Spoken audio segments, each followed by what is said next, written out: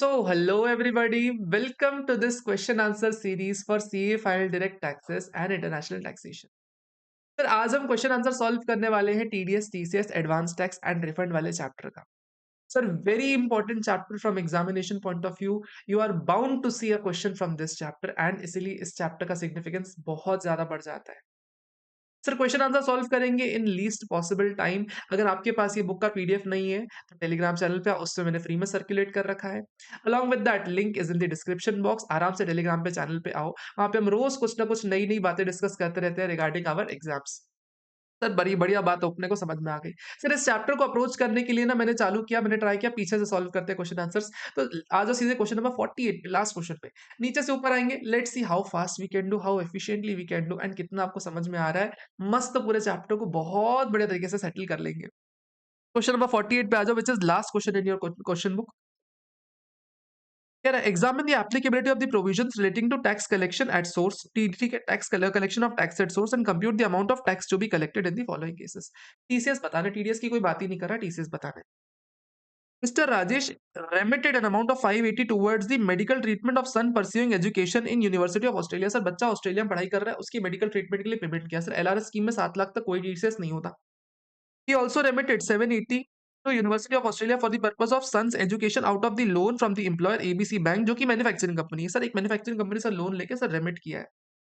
Both the remittances were made through same dealer, same under liberalized remittance scheme, LRS scheme में same dealer के through भेजा गया है। Perfect बात है सर, कोई दिक्कत वाली बात नहीं इसमें। मुद्दा यहाँ आता है ना सर, मुद्दा कहाँ आता है? 7 लाख तक तो आप खुद पे कितना ही रेमिटेंस कर लो, किसी पर्पस के लिए कर लो, नो टीसीएस। यानी सर जो पहला पेमेंट किया गया 5,80,000 रुपीज का, सर इस पे कोई भी टीसीएस नहीं जाने वाला। अपने पास अभी भी सर 1.2 लाख की लिमिट बची हुई है और नेक्स्ट रेमिटेंस कितना है? 7.8 लाख रुपीज का रेमिटेंस है, जिसमें से 1.2 लाख रुपीज तो मैं यूज कर सकता हूँ, 7 लाख की लिमिट में यूज कर सकता हूँ। इसको माइनस करूंगा मैं, कितना बनेगा सर? 6.6 लाख रुपीज का मेरा नेट रेमिटेंसेस बन जा रहे हैं। यानी इस अमाउंट पे टीसीएस कलेक्ट करना पड़ेगा। सर किस पर्पस के लिए भेज रहा हूँ? सर भेज रहा हूँ मैं एजुकेशनल पर्पस के लिए। एजुकेशनल पर्पस के लिए भेज रहा हूँ और एजुकेशनल पर्पस के लिए टीसीएस रेट कितना है सर? 5% रहता है अगर 7 लाख के ऊपर भेज रहे हैं तो। लेकिन सर यही अगर एजुकेशन के पर्पस के लिए, अगर आप एजुकेशन लोन से पैसे भेज रहे हो 80E वाले लोन से, तो 0.5% टीसीएस लगता है। सर क्या एजुकेशन लोन 80E वाला है? राइट आंसर इज ना बाबा ना। 80E के लिए आपको बैंक या किसी फाइनेंशियल इंस्टीट्यूशन से लोन लेना पड़ता है। यहाँ पे आपने किसी कंपनी से लोन ले रखा है, इसलिए यहाँ पे 0.5% का कंसेशनल टैक्स रेट नहीं मिलने वाला आपको। आपको सर 5% से टीसीएस कलेक्ट किया जाएगा, which will be equal to 33,000 rupees का TCS in our first case. आप आंसर चेक करो, यही मिलेगा आपको। Oh my god, 33,000 rupees. Yes sir, yes sir, yes sir. Mr. James is an authorized dealer under liberalized remittance scheme proposed by RBI. 3% from India have remitted the following sums through the authorized dealer। Sir 3 लोगों ने कुछ पैसे भेजे हुए हैं, तीनों के लिए अलग अलग देखना पड़ेगा। प्रदीप ने 6,50,000 रुपीज एजुकेशन एक्सपेंसेस के लिए पेमेंट कर रखा है, जो कि उनका बेटा लंदन पढ़ता है सर। ठीक है, कोई दिक्कत नहीं, 7 लाख तक तो अलाउड है, no TCS.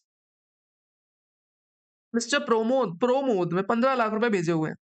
Cost of overseas tours and package program sir 20 March 2025 को खरीदा हुआ है। Oh my god sir, oh my god, oh my god. अगर आप ओटीपीपी से कोई प्रोग्राम पैकेज खरीद रहे हो तो पहले 7 लाख तक 5% लगता है और अगले उसके ऊपर जितना भी अमाउंट है उसमें 20% टीसीएस लगता है।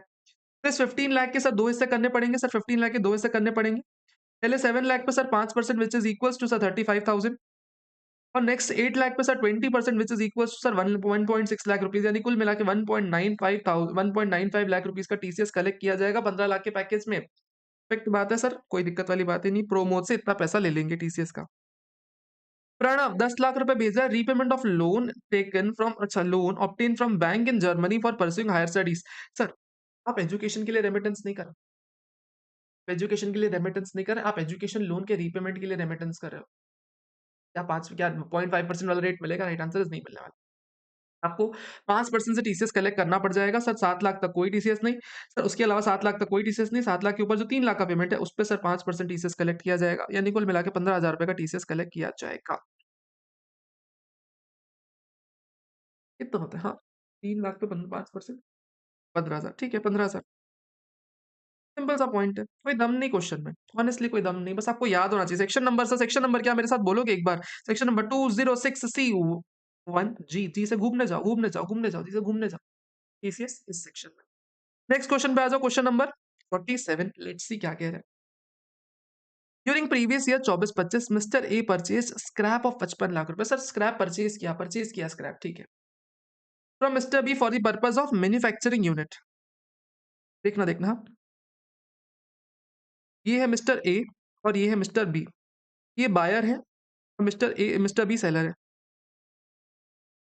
ए ने डिक्लेरेशन फर्निश कर दिया, ओ माय गॉड, डिक्लेरेशन फर्निश कर दिया that scrap will be used for manufacturing purpose. यानी सर अगर बायर डिक्लेरेशन दे देता है तो सेलर टीसीएस कलेक्ट नहीं करता। टीसीएस कौन सेक्शन में नहीं कलेक्ट करता? 206C1 में भी नहीं करता, 206C1H में भी नहीं करता, किसी भी सेक्शन में टीसीएस कलेक्ट नहीं करता अगर डिक्लेरेशन दे दिया तो।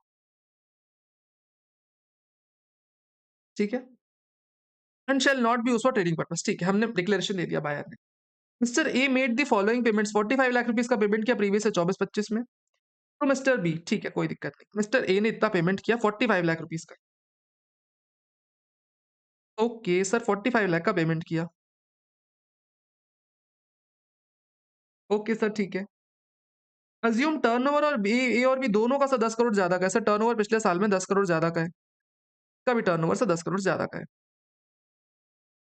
बताओ sir TDS TCS implication. Sir सबसे पहले हमने पढ़ा हुआ है कि कभी कोल वाला टीसीएस लगेगा तो फिर कोई और सेक्शन में टीडीएस नहीं कटता, तो कोल वाला तो नहीं लग रहा है यहाँ पे। फिर 206C1 का 1% है, वो तो नहीं लग रहा है यहाँ पे। दूसरा वाला सर कौन सा लग सकता है यहाँ पे? सर यहाँ पे वो वाला लग रहा है सर, 194 क्यों लग सकता है? 94 क्यू के लिए सर बायर का टर्नओवर देखना होता है। सर बायर का टर्नओवर देखोगे तो पिछले साल में 10 करोड़ के ऊपर का है, लेकिन सर पेमेंट कितनी कर रहा है? कुल 45 लाख रुपीस की पेमेंट कर रहा है ना, तो 194 क्यू नहीं लगने वाला इस केस में।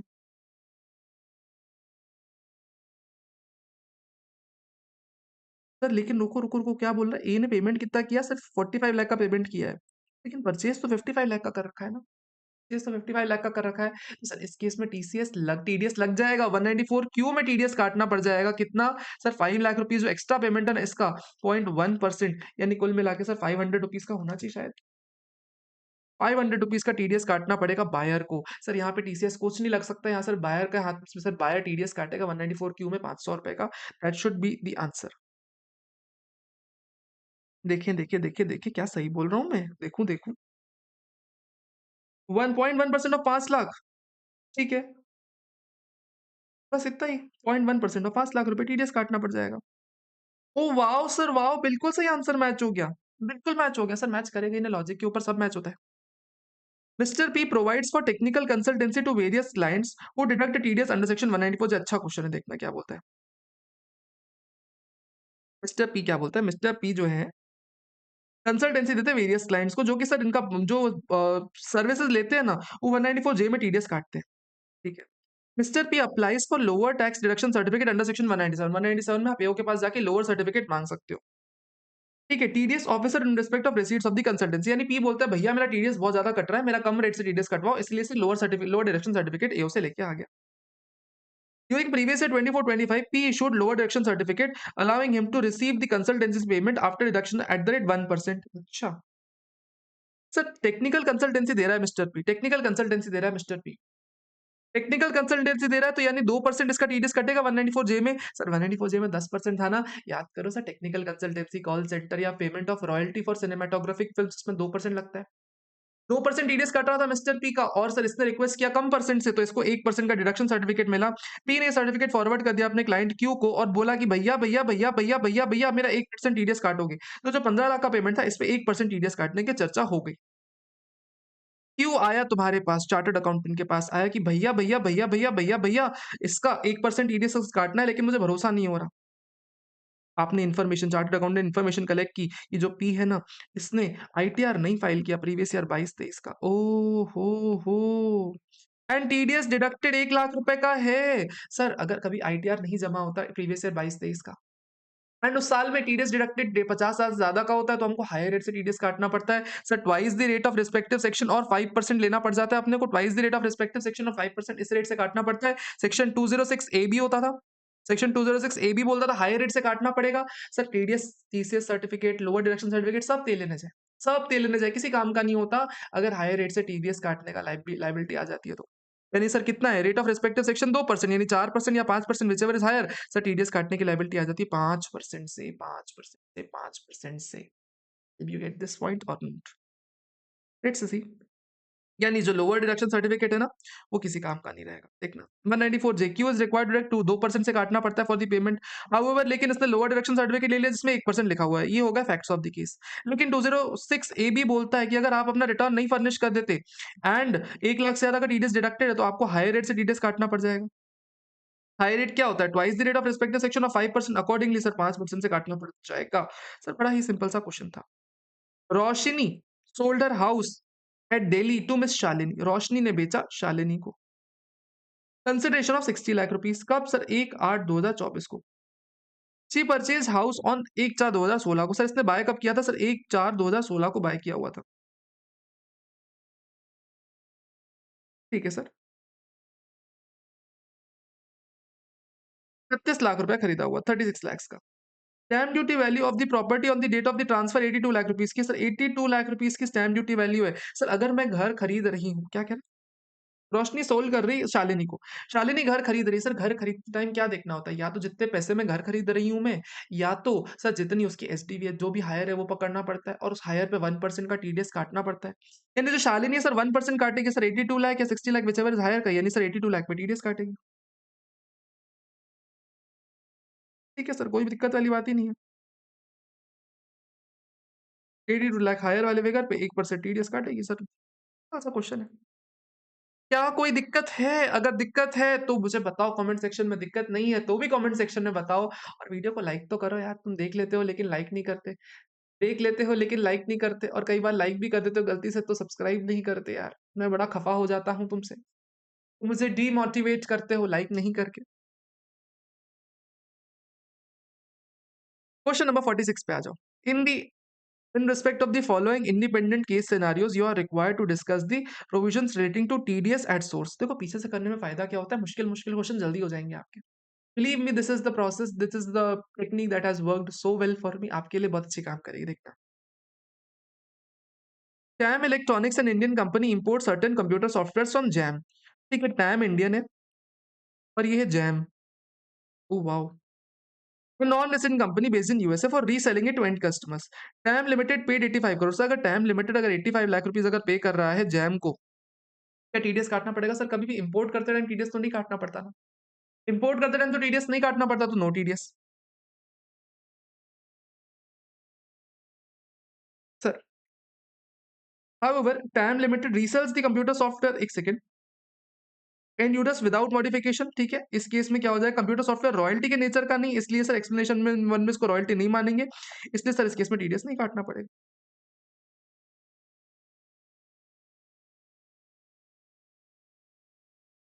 एप्लीकेबिलिटी 195 की कंसिडर करनी पड़ जाएगी। सर इतना कह रहा है कि अगर आप कंप्यूटर सॉफ्टवेयर में कुछ मॉडिफिकेशन वगैरह करवा रहे हो, रॉयल्टी में फॉल नहीं कर रहे हो, तो आपको टीडीएस काटना नहीं पड़ेगा। लेकिन अगर रॉयल्टी बन जाएगा तो फिर टीडीएस काटना पड़ जाएगा। इतना सा पॉइंट कहता है। इंपोर्ट कर रहे हो नॉर्मली तो इंपोर्ट से इसमें टीडीएस नहीं लगता। आप एज इट इज सामान खरीद के बेच रहे हो तो it is as good as import, तो इसमें कभी भी टीडीएस नहीं जाता। दूसरा क्वेश्चन क्या बोल रहा है? DEHP Limited, a public sector bank in India, paid 20 crore rupees to NFGS, an organization that provides ATM services. देखना, DEHP एक पब्लिक सेक्टर बैंक है, पब्लिक सेक्टर बैंक है। बैंक ने पे कर रखा है। अच्छा, पे कर रखा है किसको? सर 20 करोड़ रुपए पे किया हुआ है इसको, NFGS को, कि एटीएम सर्विसेज प्रोवाइड करवाते हैं to bank as commission for facilitating ATM services. Sir हमने पढ़ा हुआ है ना, कभी भी अगर एटीएम सर्विसेज के लिए अगर आप पेमेंट करते हो तो 194H में टीडीएस नहीं काटना पड़ता है, इट इज नॉट कमीशन। इसमें कभी प्रिंसिपल एजेंट रिलेशन एस्टैब्लिश नहीं होता सर, प्रिंसिपल प्रिंसिपल वर्क होता है, तो इसमें कभी 194H में टीडीएस नहीं जाता। रिलेशन बिटवीन डीएचपी एंड ये इज नॉट एजेंसी, दोनों इंडिपेंडेंट पार्टीज है, प्रिंसिपल टू प्रिंसिपल बेसिस पे, इसलिए 194H नहीं लगता है। Next question, mister A receives an order from PQR bank to stitch T shirts. अच्छा, मिस्टर ए को ऑर्डर मिला किससे? पीक्यूआर लिमिटेड से, ताकि टी शर्ट से ले। देखते हैं सर जॉब वर्कर बन रहा है कि नहीं। To complete this such order, sir A ने परचेज किया 35 लाख रुपीज का फ्रॉम फैशन। सर ए ने परचेज किया किससे? फैशन से। ठीक है, तो अब 24 मई को, 24 मई को, कोई दिक्कत नहीं। Stitch T shirts as per the specification and supplied by PQR. ठीक है, स्पेसिफिकेशन इसने बताई। He raised a consolidated invoice, क्या है सर? कंसोलिडेटेड इनवॉइस यानी कुल मिला के सर कितना बिल दे दिया इसने? सर 8000 टी शर्ट्स का इंटू 500 ईच, यानी सर 40 लाख रुपए का बिल दिया। सर सवाल आता है, क्या fashion limited is closely related to PQR, यानी सर ये आपस में एसोसिएटेड प्राइस है। सर कहता है अगर कभी भी कोई जॉब वर्कर आपके भेजे हुए मटेरियल पे या आपके किसी रिलेटेड के भेजे हुए मटेरियल पे काम करता है ना, तो it is complete job work. उस केस में जो भी बिल देगा ना, उस बिल पे मटेरियल के कंपोनेंट को हटा के जितना भी कंपोनेंट बचता है सर, उस पे टीडीएस काटना पड़ता है 194 सी में। सिंपल सी बात। सर यहाँ पे पीक्यूआर जब पेमेंट करेगा, 40 लाख का पेमेंट करेगा, तो क्या बिल में मटेरियल कंपोनेंट अलग से दे रखा है? सर नहीं दे रखा। तो सर पूरे के पूरे कंपोनेंट टीडीएस काट देगा। और सर 194 सी में टीडीएस काटेगा क्योंकि प्रॉपर जॉब वर्क वाला काम है। तो 194 सी में 1% की टीडीएस लायबिलिटी आ जाएगी। 1% की टीडीएस लायबिलिटी आ जाएगी। देखो। ओह वाओ सर, वाओ, बिल्कुल सटीक आंसर है। Mister David, a Canadian citizen, sir Canadian citizen यानी non citizen of India, non resident sports person, India के बाहर का स्पोर्ट्स पर्सन है, receives the following sums during financial year 24-25 from India. Sir इनको India से पैसे मिले, ठीक है। Income from participation in matches sir 4,50,000 4,58,000 rupees पैसे मिले इंडिया से। और सर इंडिया में न्यूज़पेपर आर्टिकल्स राइट करने के लिए एक 25 मिले। सर कुल मिला के दोनों ही इनकम ऐसी हो गई, दोनों को ऐड कर दो आप, 458 प्लस 125,000, सर कुल मिला के 5,83,000 रुपीज की इनकम है। सर इस पे 194 ई में सर 20% टीडीएस काटना पड़ जाएगा, प्लस 4% का एजुकेशन सेस काटना पड़ जाएगा। कुल मिला के इतना पैसा काट लोगे सामने वाले के लिए, इनकम टैक्स सामने वाले को रिटर्न ही नहीं फाइल करना पड़ेगा, बट अल्टीमेटली टीडीएस काटना पड़ेगा 194 ई में। देख लो आंसर में भी यही मिलेगा, 20.8%। Yes sir, yes sir, yes sir, perfect बात हो गई। क्वेश्चन तो बहुत ही सिंपल सिंपल से आ रहे हैं सर, इतना मुश्किल तो नहीं सोचा था हमने, इतना आसान तो नहीं सोचा था। चलो परफेक्ट, आ जाओ। क्वेश्चन नंबर 45 पे, 45 पे। In respect of the following independent case scenarios, you are required to discuss the provisions relating to tax deducted collected at source and the amount to be deductible for the year ended 31st March 2025। 31st March 2025 पे कितना deductible होना चाहिए amount, ठीक है। Mister रजत 79 years, कैसा 79 years यानी sir 194 P आ सकता है, 194 पी गेम में आ सकता है। Retired resident individual maintains a savings account, ठीक है, and fix deposit accounts F with ABC bank, savings account भी है और फिक्स डिपॉजिट अकाउंट भी है। He provides the following details to ABC bank in respect of financial year. Sir कह रहा है सेविंग्स अकाउंट पे इंटरेस्ट 75,000 रुपीज का, पेंशन कितने की मिल रही है 55,000 की, फिक्स डिपॉजिट पे पैसा कितना मिल रहा है 1,20,000 रुपए का। He does not have any other income, assume he does not opt, he opts out of default tax regime, 115 BSC से ऑप्ट आउट करके रेगुलर रिजीम में भर रहा है। तो सर कितना होगा income 55,000 rupees into into into into into sir 55,000 into sir 12 करना पड़ेगा, माइनस 50,000 रुपीज का standard deduction, plus sir 75,000 rupees की हमारी इंटरेस्ट इनकम हो जाएगी, 75,100 की इंटरेस्ट इनकम हो जाएगी, प्लस सर 1,20,000 रुपीज की हमारी और इंटरेस्ट इनकम हो जाएगी। इसमें से माइनस करना पड़ेगा सर 80 टीटीबी, 80 टीटीबी माइनस करना पड़ जाएगा। सर कितना 50,000 रुपीज का टीटीबी माइनस करना पड़ेगा। कुल मिला के हमारी नेट टोटल इनकम आ जाएगी इससे। एक बार निकालो तो नेट टोटल इनकम कितनी है।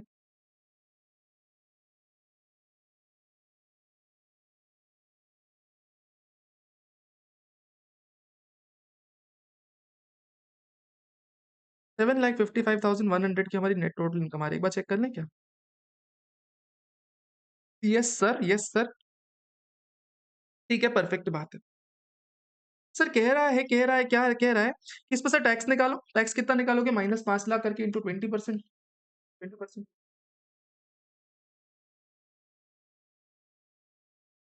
7,55,100 -5 लाख इंटू 20%, प्लस ध्यान देना सर 115 बीएसई नहीं ऑप्ट कर रहा तो 3 लाख तक कोई टैक्स नहीं लगता, 3 लाख से लेके 5 लाख तक 5% है।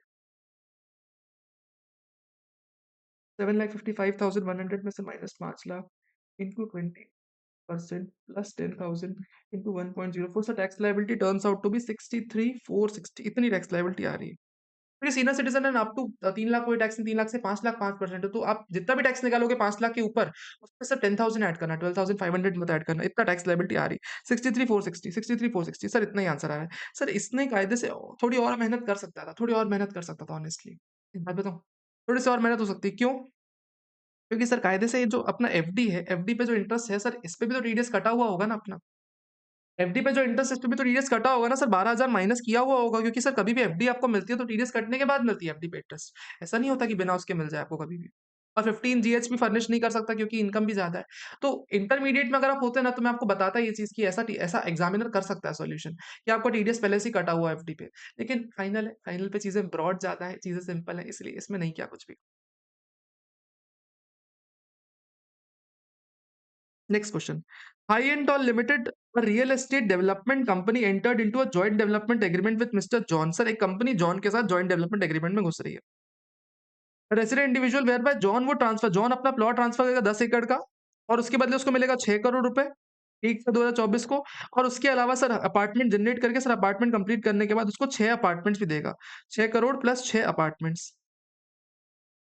ठीक है सर, जॉन को फाइनल सेटलमेंट में सर हर एक प्लॉट की एफएमवी कितनी है 1.2 करोड़ की। सर सवाल आता है कि जब कभी भी कोई भी रियल एस्टेट डेवलपर अगर जॉइंट डेवलपमेंट एग्रीमेंट में कंसिडरेशन देता है तो टीडीएस किस अमाउंट पे काटना पड़ता है? क्या टीडीएस सिर्फ मनी कंपोनेंट पे होती है कि सर मनी प्लस जो फ्लैट्स मिल रहे हैं सर दोनों कंपोनेंट्स को मिला के टीडीएस काटना होता है? Right answer is only money component पे टीडीएस होता है। ओनली मनी कंपोनेंट टीडीएस होता है, कभी भी अदर कंपोनेंट पे टीडीएस नहीं जाता। यानी सिर्फ 6 करोड़ पे 10% टीडीएस काटेगा एंड सर कुल मिला के 5.4 सीआर रेमिट कर देगा। 5.4 सीआर रेमिट कर देगा। यस सर, परफेक्ट मैच हो रहा है। क्वेश्चन नंबर 3 अच्छा क्वेश्चन है, एक बार देखते हैं। Let us try to decode this question, अच्छा क्वेश्चन लगता है। ये कह रहा है messrs Aryan is a domestic company having turnover of 12 crore rupees in financial 2024। Aryan है, प्रीसीडिंग फाइनेंशियल ईयर में सर 10 करोड़ ज्यादा का टर्नओवर है। Purchased goods worth rupees 85 lakh rupees excluding purchase return Varun से। ये बायर है और ये सेलर है, ये मिस्टर वरुण। ठीक है, कितने का बाय कर रहा है सर? 85 लाख रुपीस का बाय कर रहा है। Varun is a resident firm has furnished PAN to buyer. Sir ये जो वरुण है ना इसने पैन फर्निश कर रखा है।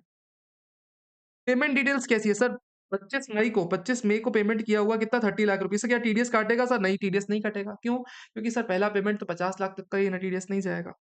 फिर जून को क्या 28 जून को सर 10 लाख रुपए पेमेंट किया, टीडीएस कटेगा क्या? 10 लाख है क्या? नहीं, 25 लाख का पेमेंट किया सर, टीडीएस कटेगा क्या? हाँ सर, हाँ सर इसमें से 20 लाख माइनस कर दो सर, बचेगा 5 लाख। 5 लाख पे टीडीएस कटेगा 0.1%, यानी सर 500 रुपए टीडीएस जाएगा अगले अमाउंट पे। तीसरा सर, तीसरा क्या कह रहा है?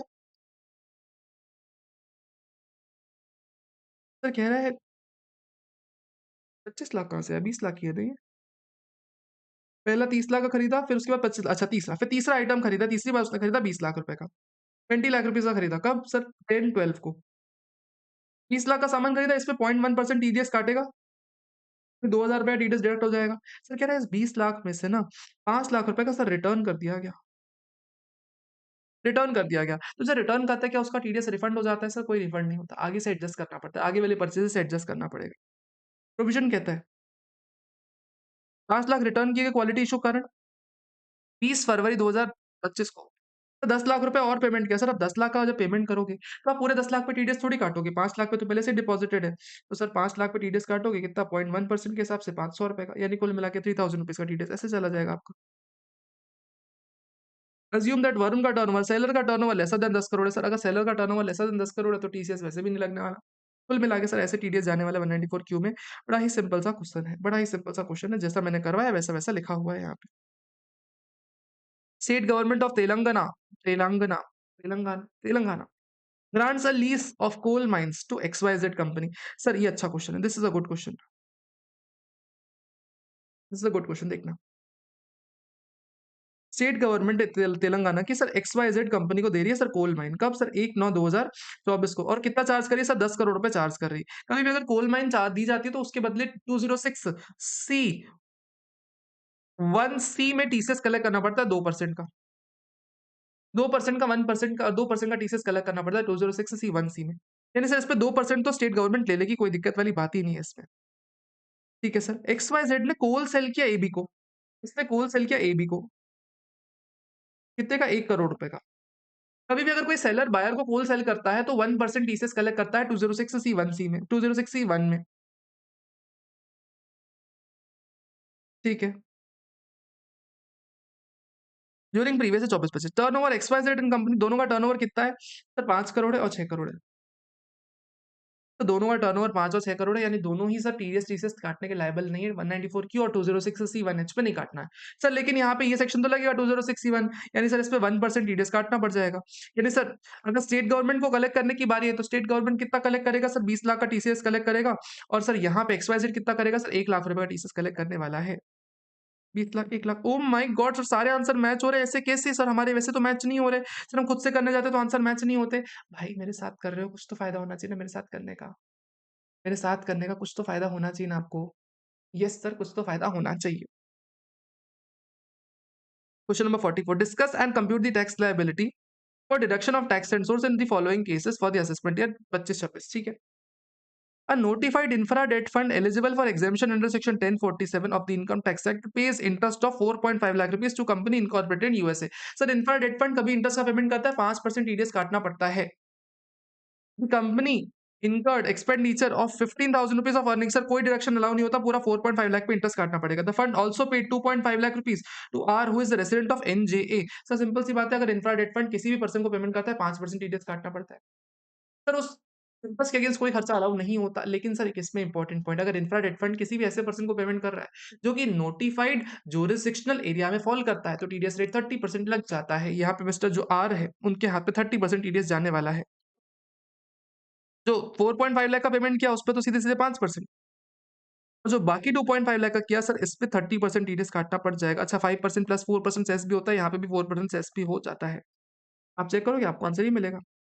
2.5 लाख पे 31.2% और बाकी कितना 4.5 लाख पे 5.2%। ओके सर, पूरा मैच कर रहा है। अच्छा क्वेश्चन देखो, 17/6/2024 को कमीशन 40,000 रुपीज का was retained by the consignor Harshit and not remitted to the consignor. Sir एक बात बताओ, कभी भी अगर कंसाइनमेंट पे गुड लिए जाते हैं तो consignment is the nature of commission. सामान आपका ही रहता है लेकिन आपके बिहाफ पे कोई और सेल कर रहा होता है, एज एन एजेंट आपके बिहाफ पे कोई और सेल करता है। जब वो सेल करेगा, सामान बेचेगा, पैसे उसके पास आएंगे, पूरा पैसा रेमिट करेगा, और कायदे से आपको उस पैसे से उनको उसको कमीशन देनी चाहिए। लेकिन सर रियल लाइफ में वो आप उसको कमीशन नहीं देते, वो आपको अपना कमीशन का पैसा काटने के बाद ही रेमिटेंस करता है। कमीशन कहता है जो उसने पैसा अपने पास रख लिया, क्या उस पे टीडीएस कटेगा? Right answer is yes sir, commission है तो काटना पड़ जाएगा ना। कैसे काटोगे? या तो उससे पैसे लोगे और आप जमा करवा दोगे, या तो उससे खुद से बोलोगे जमा करवा दोगे, या तो फिर आपको अपनी जेब से भरना पड़ेगा, कहीं ना कहीं से भरना पड़ेगा आपको। इफ यू सी, यही आंसर मिलेगा आपको। Param construction limited sells flat to Mani for 48 lakh rupees. Sir Mani को 48 लाख रुपीज का घर बेचा गया। एसडीवी कितनी 42, SDV 42 lakh rupees. Sir consideration है 48 लाख रुपीज। ये देख कहता है, देखना एग्रीमेंट के अलावा सर कह रहा है कि आपको सर और भी चीजें दी जाएंगी, और भी चीजें ली जाएंगी। आपसे मेंटेनेंस चार्जेस लिए जाएंगे 500 rupees per month, 5,000 rupees per month for 24 months, यानी 1.2 लाख रुपीज के आपसे मेंटेनेंस चार्जेस ले लिए आपसे सीधे सीधे। उसके अलावा सर 2 लाख रुपए आपको कार पार्किंग के देने पड़ेंगे। ओके। उसके अलावा सर 1 लाख रुपए क्लब मेंबरशिप फीस के। ओह, और क्या मांग रहे हैं, और क्या मांग रहे हैं सर? और कुछ नहीं मांग रहे, बस इतना ही मांग रहे हैं। कुल मिला के इतना पैसा मांग रहे हैं, 48 lakh plus 1.2 lakh plus 2 plus 1, कुल मिला के 52.2 लाख रुपीज कंसिडरेशन मांग रहे हैं। सर प्रोविजन कहता है कभी भी अगर एसडीवी या कंसिडरेशन विचेवर इज हायर, अगर 50 लाख के ऊपर चला जाता है तो 1% टीडीएस काटना पड़ जाता है। यहाँ पे सर कंसिडरेशन 50 लाख के ऊपर चला गया, and consideration includes all the amenity charges, कोई भी एमेनिटीज के चार्ज जो चार्जेस लगते हैं ना उसको ऐड करके कंसिडरेशन आता है हमेशा। तो 52.2 लाख रुपीज है, इस पे 1% टीडीएस काटना पड़ जाएगा, यानी 52,200 टीडीएस काटना पड़ेगा। सर बिल्कुल सही आंसर मैच कर रहा है, बिल्कुल सही। सर कैसे मैच नहीं करेगा, कैसे मैच नहीं करेगा? जब इतना शिद्दत से कर रहे हैं तो कैसे मैच नहीं करेगा? सर इतनी देर में तो कुल 5 क्वेश्चन हो पाए। कोई बात नहीं, 5 क्वेश्चन भी बहुत हो गए हैं, पता। तुम स्टार्टिंग से अब तक आते ना तो उतनी एनर्जी नहीं ला पाते। अब मस्त हो रहा है अपने से। Examine the liability of tax at source in respect of the following independent situation. Independent situation में टैक्स लायबिलिटी निकालनी है, ठीक है। Maxell Limited is engaged in the business of manufacturing certain articles or things which are in which raw material is imported from Russia. ठीक है, raw material import करते हैं। For the purpose of making payment to the supplier, the SSC entered into a bank guarantee with BDFH Bank and Indian Bank against the payment of 1,10,000 रुपए as bank guarantee for the year. Sir देखना है कि provision है sir, section 197 ए 1F करके एक section आता है। Section क्या बोलता है ना, कभी भी अगर आप बैंक को पेमेंट कर रहे हो बैंक गारंटी कमीशन का, अगर आप बैंक को पेमेंट कर रहे हो बैंक गारंटी कमीशन का, फॉर एग्जांपल क्या होता है ना, अगर आप सामान इंपोर्ट करते हो तो ना, इंपोर्टर आपको सामान ऐसे ही नहीं भेज देता, आपको कुछ ना कुछ बैंक गारंटी देनी पड़ जाती है। तो बैंक गारंटी देने के लिए बैंक को भी तो कुछ बोलना पड़ेगा ना।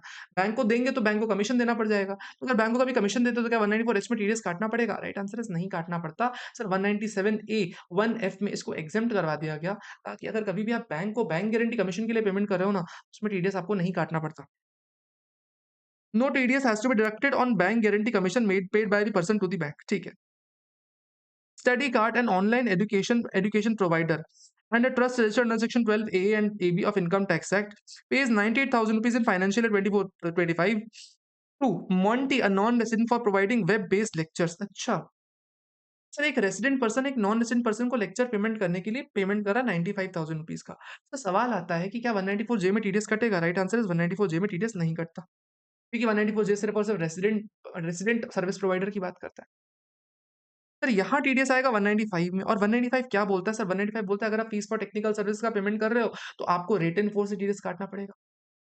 जो भी रेट एंड फोर्स है, टैक्स रेट एंड फोर्स है सर, 115 ए का जो टैक्स रेट होता है ना सर, 20% सर, उस रेट से टीडीएस काटना पड़ जाएगा। That should be the case. लेकिन ये लोग टीडीएस में ना कभी एनआर टैक्सेशन के रेट्स लाते ही नहीं है। टीडीएस में सिर्फ इतना बोलेंगे कि sir simply rate in force से टीडीएस काटना है।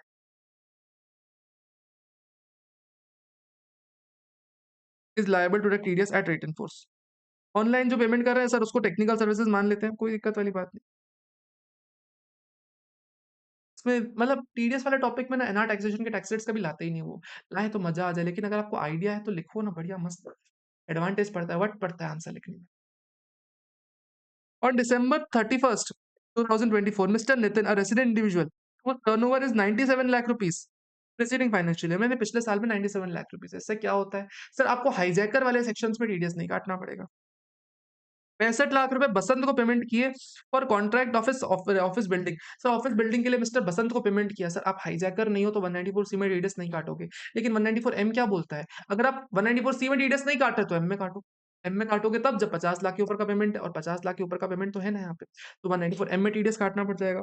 अब सवाल आता है सर पेमेंट कब कर रहे हो? सर दिसंबर पेमेंट कर रहे हो, यानी 2% टीडीएस काटने की लायबिलिटी। 30 सितंबर से पहले पेमेंट करते 5%, 30 सितंबर के बाद 2% हो जाएगा, तो टीडीएस काटना पड़ जाएगा। ओह वाओ सर वाओ, 1,30,000 रुपये आंसर है। 43rd को भी फतेह कर लिया। क्वेश्चन नंबर 42 पे, messrs cash dash private limited and Indian company in the business of event management through out India withdraws 10 lakh rupees in cash on 7th day of each month. 7 तारीख of her महीने में cash withdraw करती 10 लाख रुपए financial 24-25 में, from its current account from the union bank में current account है, for the local payments and for the purpose of payment of wages and incentive to the temporary employees. ठीक है, did not made a single payment. 10,000 के ऊपर एक भी payment नहीं किया गया। लेकिन सर टीडीएस काटना पड़ेगा क्या? आप बैंक से पैसे निकालोगे, बैंक टीडीएस काटेगा। सर 1 करोड़ तक कोई टीडीएस नहीं काटेगा। जो ऊपर का 20 लाख निकाला ना आपने, उस पे सर 2% टीडीएस काटेगा bank, which is equal to 40,000 rupees का टीडीएस काटेगा। But this point or not. निकाला कितना सर? 10 लाख रुपए पर मंथ निकालते हो, 12 मंथ्स के हिसाब से 1.2 लाख 1.2 सीआर निकाला, जिसमें 1 करोड़ पे कोई टीडीएस नहीं, और 1 करोड़ के ऊपर जो निकाला 20 लाख, उस पे 2% TDS. Messrs TQ, a foreign company, seconded some employees to its collaboration to Messrs Techwell Limited Indian company for working a turnkey project for setting up a pharmaceutical factory। ओ हो, ये अच्छा क्वेश्चन है, बहुत बहुत बहुत बहुत अच्छा क्वेश्चन है, देखना क्या कह रहा है। हाँ ठीक है, मेसर्स टीक्यू एक फॉरेन कंपनी है, और ये इंडिया में कौन है सर? टेकवेल। मेसर्स क्या कह रहा है? मेसर्स टीक्यू के साथ ना फॉरेन कंपनी है, इसको सर इसको कोलैबोरेशन में आया, किसके साथ? टेकवेल के साथ कोलैबोरेशन में आया कि इंडिया में एक टर्न की प्रोजेक्ट चालू करना है। टर्न की प्रोजेक्ट यानी चालू घुमाए चालू कर लिया। 44, अगर सर याद हो सर, 44 ट्रिपल बी करके सेक्शन होता था, क्योंकि हाँ 44 ट्रिपल बी होता था इस फॉरेन कंपनी के लिए टैक्सेशन। कह रहा है employees work with Techwell. Sir जो टीक्यू के एम्प्लॉइज है ना, टेकवेल के साथ काम करेंगे throughout previous year 24-25। The employees were received in salary of Texwell. Sir ये जो एम्प्लॉइज है ना सर, एम्प्लॉइज, इनको सैलरी टेकवेल से मिल रही है। सर सीधी सी बात है, अगर सैलरी अगर इंडियन कंपनी से मिल रही है, इंडिया में सर्विसेज करने के कारण मिल रही है, तो ये इंडियन सैलरी हो जाएगी। और सर इंडियन सैलरी होगी तो सर इंडिया में टैक्स लगेगा, tax in India, tax in India लगेगा। सर कह रहा है इन एम्प्लॉइज को ना, ये जो एम्प्लॉइज है ना, ये जो एम्प्लॉइज हैं, इनको स्पेशल अलाउंसेस मिल रहे हैं टीक्यू से। सर स्पेशल अलाउंसेस मिल रहे हैं, ठीक है, directly from TQ in foreign currency outside India. Sir India के बाहर मिल रहे हैं, लेकिन मिल रहे हैं। Equal deducted TDS under section 192 on the component of the salary paid by it without considering into account the special allowances paid abroad by TQ to these employees। Sir कह रहा है कि टेकवेल ने जो खुद की सैलरी दी ना, देखना, जो टेकवेल ने खुद की सैलरी दी, इस पे टीडीएस काट दिया प्रॉपर, लेकिन जो स्पेशल अलाउंसेस फॉरेन कंपनी इन्हीं एम्प्लॉइज को दे रही है ना सर, इस पे टीडीएस नहीं काटा। टीडीएस काटना चाहिए था क्या? तो सवाल आता है, अगर आपका कोई एम्प्लॉय है, उसको कोई और पर्सन भी सैलरी दे रहा है, आपकी रिस्पॉन्सिबिलिटी क्या आपकी दी हुई सैलरी पे रहती है कि किसी और सैलरी पे भी आ जाती है? प्रोविज़न कहता है आपके ऊपर पूरी की पूरी सैलरी पे टीडीएस काटने की लायबिलिटी आ जाती है। अगर आपका एम्प्लॉयी किसी और के यहाँ से पैसे कमा रहा है ना, तो आपको भी उस पे टीडीएस काटना पड़ जाएगा अगर वो टीडीएस नहीं काट रहा तो। प्रोविज़न क्या था? For this reason revenue authorities treated Techwell को एसएससी इन डिफॉल्ट डिक्लेयर कर दिया। ओ भाई साहब! Under section 201 for non deduction of TDS at source on special reserve component of the salary TQ Inc ठीक है, कोई दिक्कत नहीं। सच ट्रीटमेंट क्या रेवेन्यू अथॉरिटीज़ का जस्टिफाइड है एंड उसके अलावा इंटरेस्ट लगाना, पेनल्टी लगाना। तो कायदे से ना टीडीएस काटने की लायबिलिटी तो आ रही टीडीएस काटने की लायबिलिटी तो आ रही थी, यानी सर कहीं न कहीं जो टेकवेल है ना इंडियन कंपनी उसकी गलती तो है। बट क्या एसएससी इन डिफॉल्ट डिक्लेयर कर देना चाहिए था? देखो एसएससी इन डिफॉल्ट डिक्लेयर करने का पूरा अधिकार ना असेसिंग ऑफिसर के पास रहता है।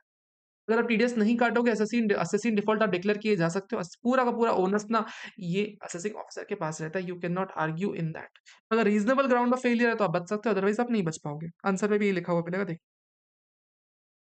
थोड़ा डेप्थ में आंसर है। सेक्शन 9 सबसेक्शन 1 क्लॉज 2 क्या बात करता है? अगर आप कभी भी सैलरीज हेड में क्या फॉल करता है? जो भी इनकम आप इंडिया से कमा रहे हो ना सब सैलरी बन जाती है और जो भी अगर इंडिया में सैलरी कमाई वो इंडिया में टैक्सेबल होती है। सेक्शन 192 कहता है कि आपको टीडीएस काटना पड़ेगा जो भी सर सैलरीज हेड में टैक्सेबल है, यानी सैलरी हेड में जो इन सामने वाले के हाथ में टैक्सेबल हो रहा है ना वो सारा का सारा आपको टीडीएस काटना पड़ेगा। तो जो सामने आप सैलरी दे रहे हो उस पे टीडीएस काटना ही काटना है, जो स्पेशल अलाउंस मिल रहा है वो भी सैलरी हेड में जाएगा, वो भी टीडीएस काटना पड़ेगा। सिर्फ टीडीएस आपको काटना चाहिए था, आपने टीडीएस नहीं काटा तो आपकी गलती है। In this case employees are resident of India, they have work for Indian collaborator previous year के लिए, तो ठीक है इसकी स्पेशल अलाउंस में भी टीडीएस काटना पड़ जाएगा।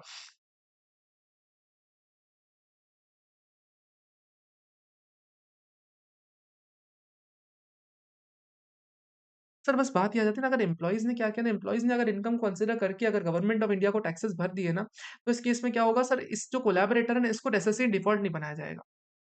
क्या बोल रहा है? ये जो एम्प्लॉयी है ना एम्प्लॉयी, सर ये तो आखिर रेसिडेंट ऑफ इंडिया बन गए क्योंकि साल भर इंडिया में रहे तो रेसिडेंट ऑफ इंडिया बन गए।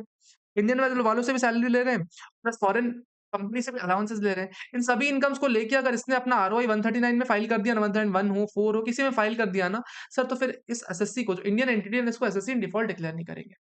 इट इज़ इम्पोर्टेंट कंडीशन कि जो एम्प्लॉइज़ है ना वो रिटर्न फाइल कर दें। ठीक है, सरकार को टैक्स मिल जाएगा तो एसएससी इन डिफॉल्ट थोड़ी बनाया जाएगा।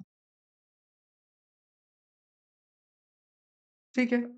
उसके अलावा penalty under section 271 would be attracted no penalty would be attracted अगर जेन्युइन और बोनाफाइड रीज़न है, जेन्युइन बोनाफाइड रीज़न हो तो टीडीएस पेनल्टी नहीं लगती। इंटरेस्ट फिर भी लग सकता है, पेनल्टी नहीं लगेगी आपके ऊपर। This is a good question, एक बार मैं चाहूँगा आप इसको मार्क करो सेकंड वाले पार्ट को, तो एक बार ज़रूर देख के जाना।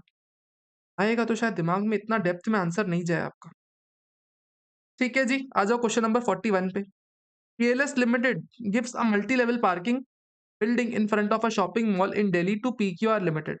पीक्यूआर लिमिटेड को एक पार्किंग मॉल के सामने जब वो दे दी, पार्किंग वो दे दिया, क्या नाम है, पार्किंग वो दिया, पार्किंग बिल्डिंग दी गई इन front of shopping mall on lease, sir 90 साल की लीज के लिए दिया कि एएलएस ने। किसको दिया है सर? पीक्यूआर को दिया है। कितने में दिया है?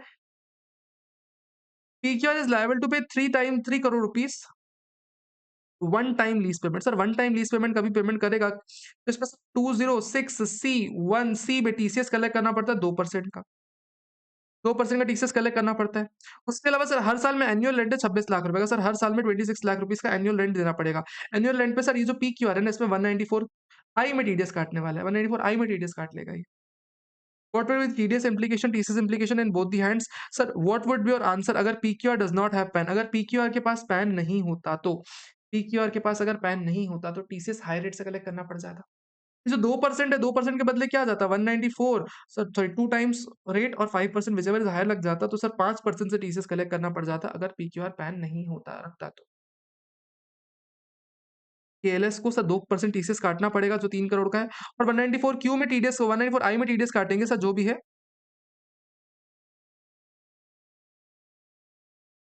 ठीक है।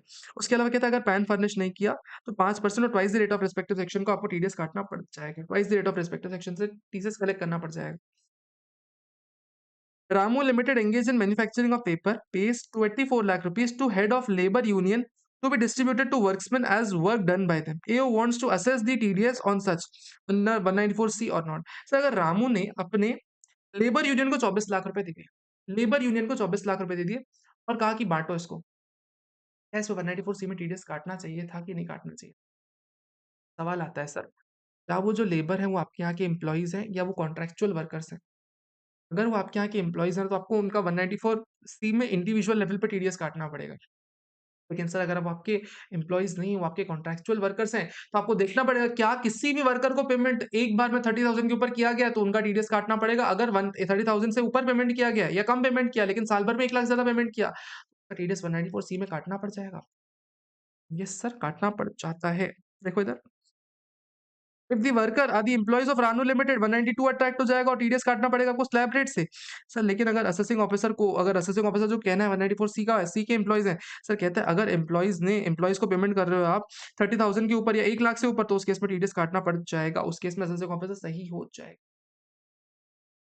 सवाल अच्छा है ये, दोनों ही, ये क्वेश्चन भी अच्छा है। मतलब ये ऐसा क्वेश्चन है जहाँ पे अगर आप पढ़ के नहीं जाओ तो शायद गलत कराओ। एक स्टार मार्क कर दो ना, जहाँ पे भी ऐसी गलती होती है, जहाँ पे भी ऐसा स्कोप होता है कि गलती हो जाए, वहाँ पे हमेशा स्टार मार्क कर लिया करो। जब तक मैं पानी पी रहा हूँ, पहले तो वीडियो लाइक करो और मीनवाइल कमेंट करो कि यार कैसा जा रहा है, ठीक है? कमेंट करो बिकॉज़ आपका कमेंट बहुत ज़रूरी है मेरे को।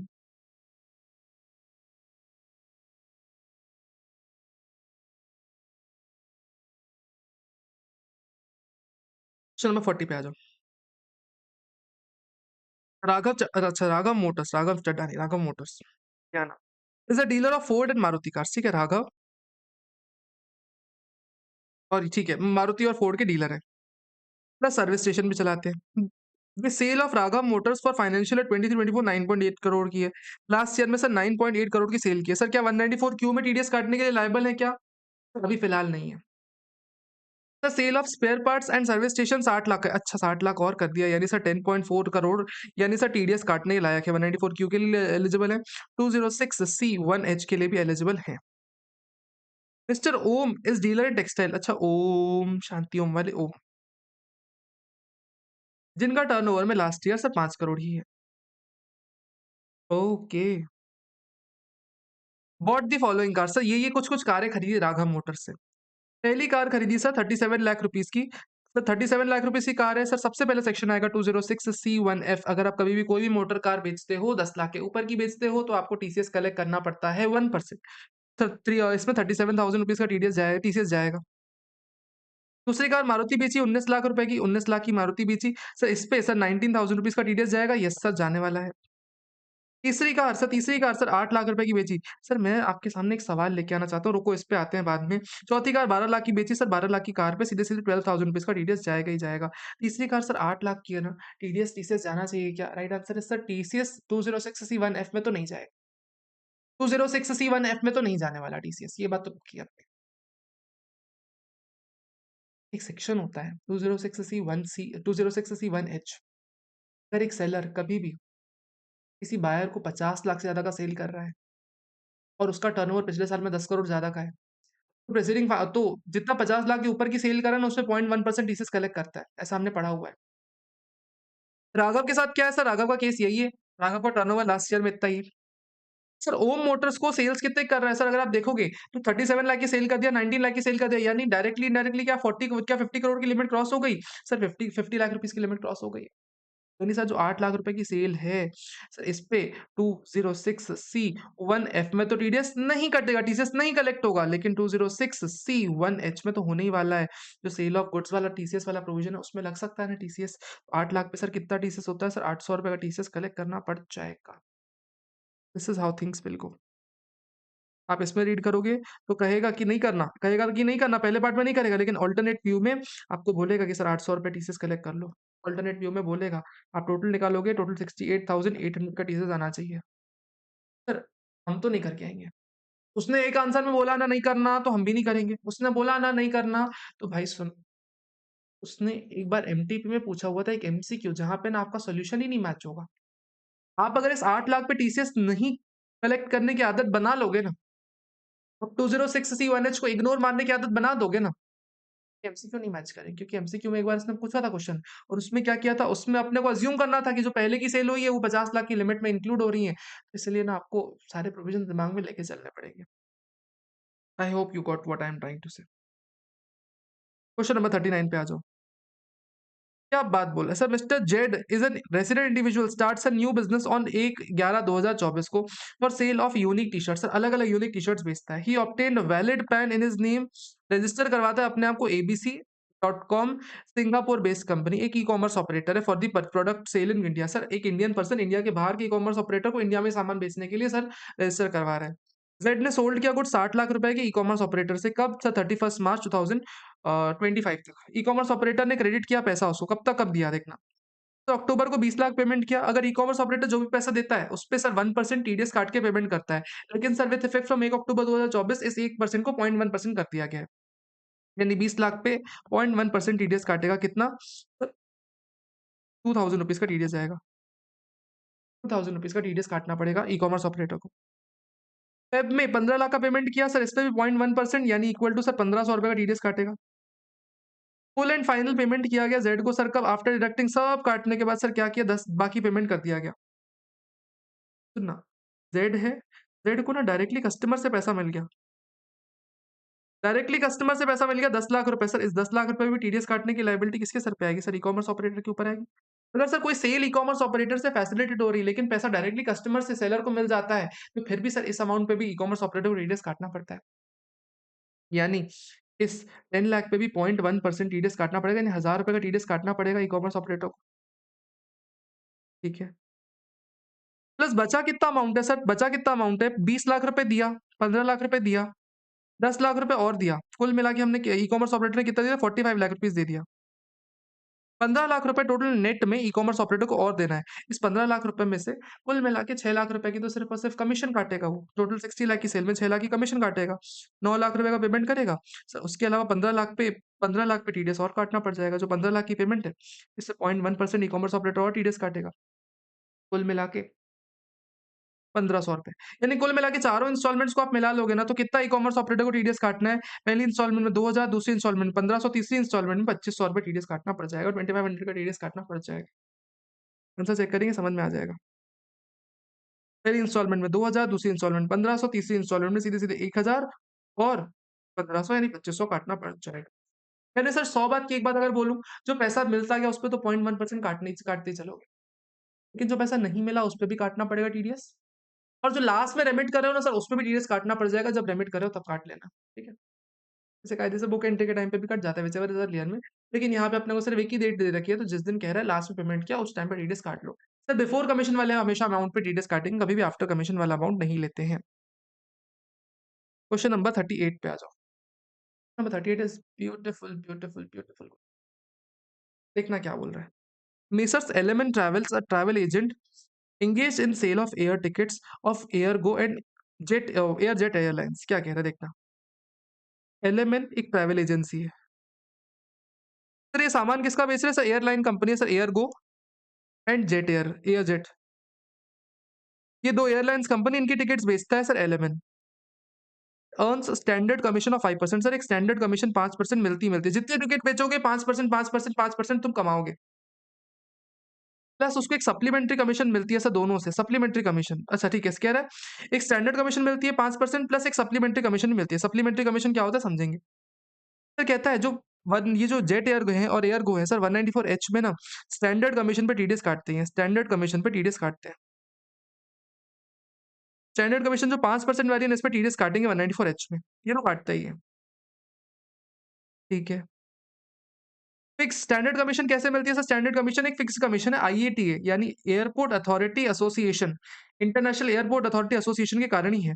लेकिन सर उन्होंने ना जो सप्लीमेंट्री कमीशन इस पे टीडीएस नहीं काटा, विच इज एडिशनल, जो एडिशनल पेमेंट किया गया है, ठीक है। The details of the amount at which tickets were sold was directly submitted by element. Sir ये जो एलिमेंट है ना, ये बताता है कितने में टिकट बेची हुई है to the organisation billing software plan से बताता है which functions and aegis of the IATA. मतलब आईएटीए के कहने पे इसका जो बिलिंग सॉफ्टवेयर से काम करता है और जितनी भी टिकट सेल हो रही है ना इस एलिमेंट की, ये सब एयरगो के पास जाती है। This auxiliary amount charge on the top of the net fair is supplementary commission in the hands of the element. यानी सर जो भी एक्स्ट्रा पैसा हम चार्ज कर रहे हैं ना, that is supplementary commission. The contract between element and airlines consider all the money. Sir ये तो पूरा कॉन्ट्रैक्ट ऐसा है। सर कहता है जो एयर गो है ना, जेट एयर है ना, इन्होंने कंटेंट किया कि सप्लीमेंट्री कमीशन पे टीडीएस नहीं काटना चाहिए, लेकिन सर असेसिंग ऑफिसर कहता है काटना चाहिए। बताओ क्या करना चाहिए इस केस में? समझो इस चीज को, एग्जांपल समझना। सर फॉर एग्जांपल ये जेट एयरवेज है अपना एग्जांपल, जैसे जेट एयरवेज ने मेक माई ट्रिप को बोला, मेक माई ट्रिप भैया 25,000 रुपए की एक टिकट बेचो। तुम जितनी टिकट बेचोगे सर 5% कमीशन देंगे, यानी सर अगर मेक माई ट्रिप 1 टिकट बेचता है तो टीडीएस कटेगा? यस सर, 194 एच में टीडीएस कटेगा।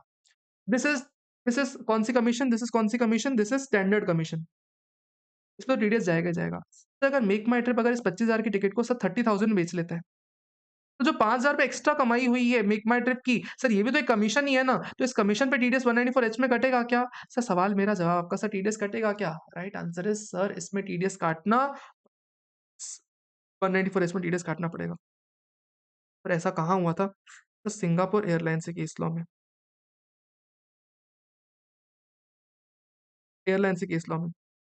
और सर कारण क्या दिया सुप्रीम कोर्ट ने बोला था कि सर जो सप्लीमेंट्री कमीशन दे रहे हो, वो सब जाए किनारे। सुप्रीम कोर्ट ने सिर्फ सवाल पूछा मेक माई ट्रिप से, मेक माई ट्रिप भैया एक बात बताओ, अगर तुम इस एयरलाइन की टिकट नहीं बेच पाते तो नुकसान किसका? अगर तुम इस एयरलाइन की टिकट नहीं बेच पाते तो नुकसान किसका? सीधे पूछा, सिंपल पूछा गया, सिर्फ सिंपल सवाल पूछा गया, नुकसान किसका?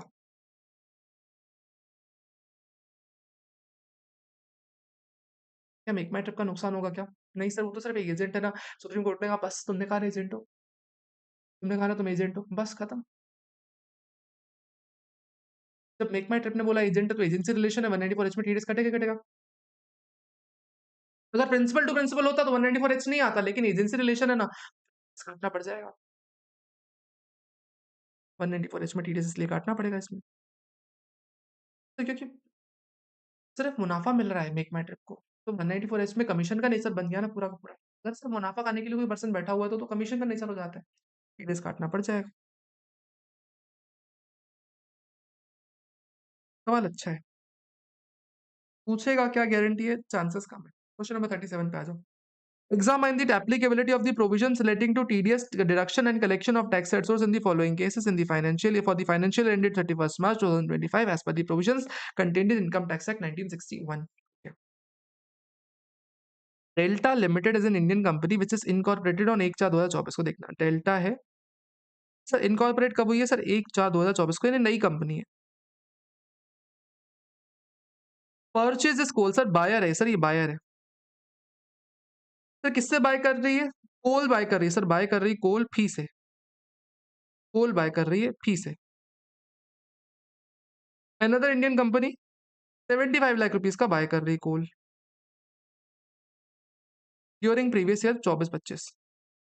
ठीक है, टू मैन्युफैक्चर स्टील, सर ये जो डेल्टा है ना मैन्युफैक्चरिंग पर्पस के लिए यूज कर रही है, manufacturing purpose. Delta furnishes a declaration that such coal is used for manufacturing and not for trading, यानी सर इस केस में सर टीसीएस नहीं लगने वाला, टीसीएस अंडर सेक्शन 206C1 नहीं लगने वाला। डेल्टा का टर्नओवर 12 करोड़ था प्रीवियस ईयर 24-25 में, यानी सर डेल्टा का प्रीवियस ईयर 24-25 में 12 करोड़ का टर्नओवर है। सर 12 करोड़ का टर्नओवर किसी काम का होता है क्या? सर किसी काम का नहीं होता, अपने को प्रीसीडिंग फाइनेंशियल ईयर का टर्नओवर देखना होता है। फी का turnover sir ranges between 16 crore to 18 crore in last few years, यानी फ्री फी का लास्ट ईयर में टर्नओवर कितना गया है?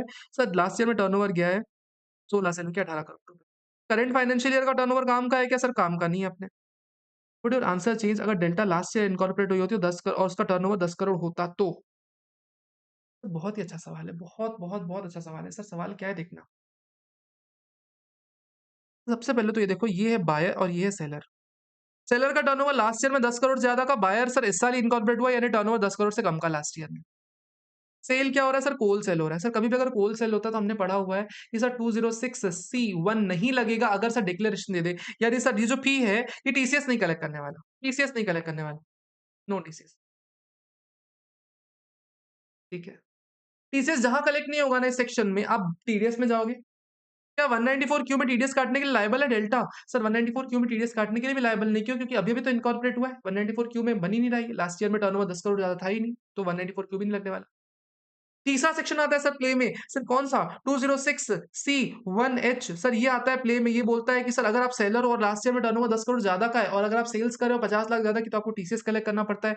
लेकिन सर हमको स्पेसिफिकली बोल दिया ना, अगर मैन्युफैक्चरिंग पर्पस के लिए तो नो टीसीएस मतलब नो टीसीएस, अगर कोल स्क्रैप अगर मैन्युफैक्चरिंग पर्पस के लिए तो नो टीसीएस मतलब नो टीसीएस, यानी इस सेक्शन में कोई टीसीएस नहीं जाएगा, यानी सर कोई टीडीएस टीसीएस इंप्लीकेशन इस ट्रांजेक्शन में जाएगा ही, कोई टीडीएस टीसीएस इंप्लीकेशन इस ट्रांजेक्शन में जाएगा ही नहीं। एंड सर नीचे एक एक्सेप्शन कह रहा है, क्या आपका आंसर बदलेगा अगर डेल्टा पिछले साल इनकॉर्पोरेट हुआ है?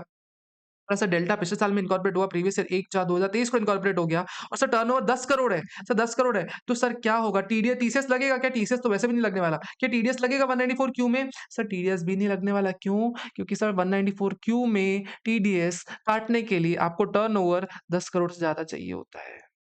एक्सीडिंग 10 करोड़ चाहिए होता है, 10 करोड़ पे भी टीडीएस नहीं जाता। यानी दोनों ही केसेस में ना कोई टीडीएस लगेगा, ना ही कोई टीसीएस लगने वाला। Let's see the answer. As per section 206 C1 A, delta is a resident buy declaration furnish कर दिया, इसलिए सर टीसीएस नहीं कलेक्ट करने वाला। उसके अलावा 1H में भी नहीं काटने वाले।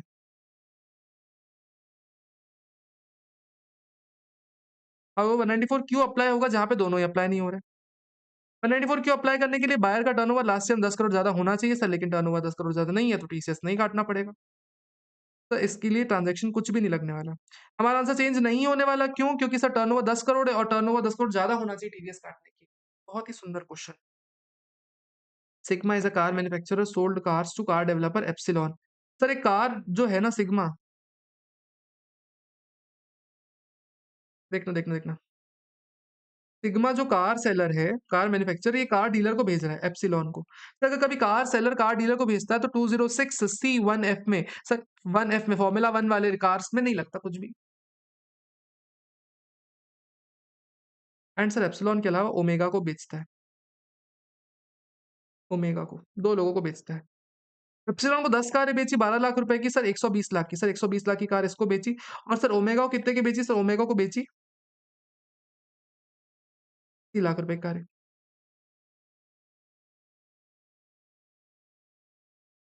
ये कह रहे टर्नओवर प्रीवियस है, सिग्मा का कितना 12 करोड़ का है, 12 करोड़ का टर्नओवर है। एप्सिलॉन का 14 करोड़ है और सर ओमेगा कितना है? 9 करोड़ है। सर अगर आप सिग्मा और एप्सिलॉन की बात करो, सिग्मा और एप्सिलॉन की बात करो, दोनों बायर सेलर का टर्नओवर लास्ट ईयर में 10 करोड़ ज्यादा का है, तो क्या होगा? बायर टीडीएस काटने वाला है इसमें, 194 क्यू में टीडीएस काटेगा। 194 क्यू में 120 लाख में सर 50 लाख माइनस कर देगा, 70 लाख पे टीडीएस काटेगा, कितना? 0.1% यानी 7,000 रुपए का टीडीएस काटेगा। This is the first part. Second part क्या कहता है? सर ओमेगा 9 करोड़ का डीलर है सर, अगर बायर सेलर दोनों में से सिर्फ सेलर का टर्नओवर ज्यादा है तो यहाँ पे क्या लगेगा? टीसीएस लग जाएगा, 206C1H लग जाएगा सर, इस केस में लग जाएगा टीसीएस। टीसीएस 80 लाख में से 50 लाख माइनस करना पड़ जाएगा और सर जो 30 लाख बचा इस पे सर 0.1% टीसीएस कलेक्ट करने वाला है, 3,000 रुपए। कौन? सर ये सेलर कलेक्ट करने वाला है, ओमेगा सिग्मा कलेक्ट करने वाला है। आंसर है यही मिलेगा आपको। Oh my god sir, oh my God, 1% यहाँ पे 194 क्यू अपने को देखना पड़ेगा, एप्सिलॉन और ओमेगा। सर एप्सिलॉन का टर्नओवर ज्यादा है तो 10 करोड़ पे एप्सिलॉन टीडीएस काटेगा। थर्ड स्टेप में सर ओमेगा को देखना पड़ेगा, सर ओमेगा जो है उसका टर्नओवर कम है, तो इसलिए जो सेलर है वो टीसीएस कलेक्ट करने वाला है, 0.1% टीसीएस कलेक्ट करेगा। Did you get this point or not? आप कुल्लो पुल्लो क्वेश्चन आने लग गए, थोड़े थोड़े कुल्लो पुल्लो क्वेश्चन आने लग गए। तुलसी प्राइवेट लिमिटेड है company engaged in ship breaking activity. Ship breaking activity क्या होता है sir?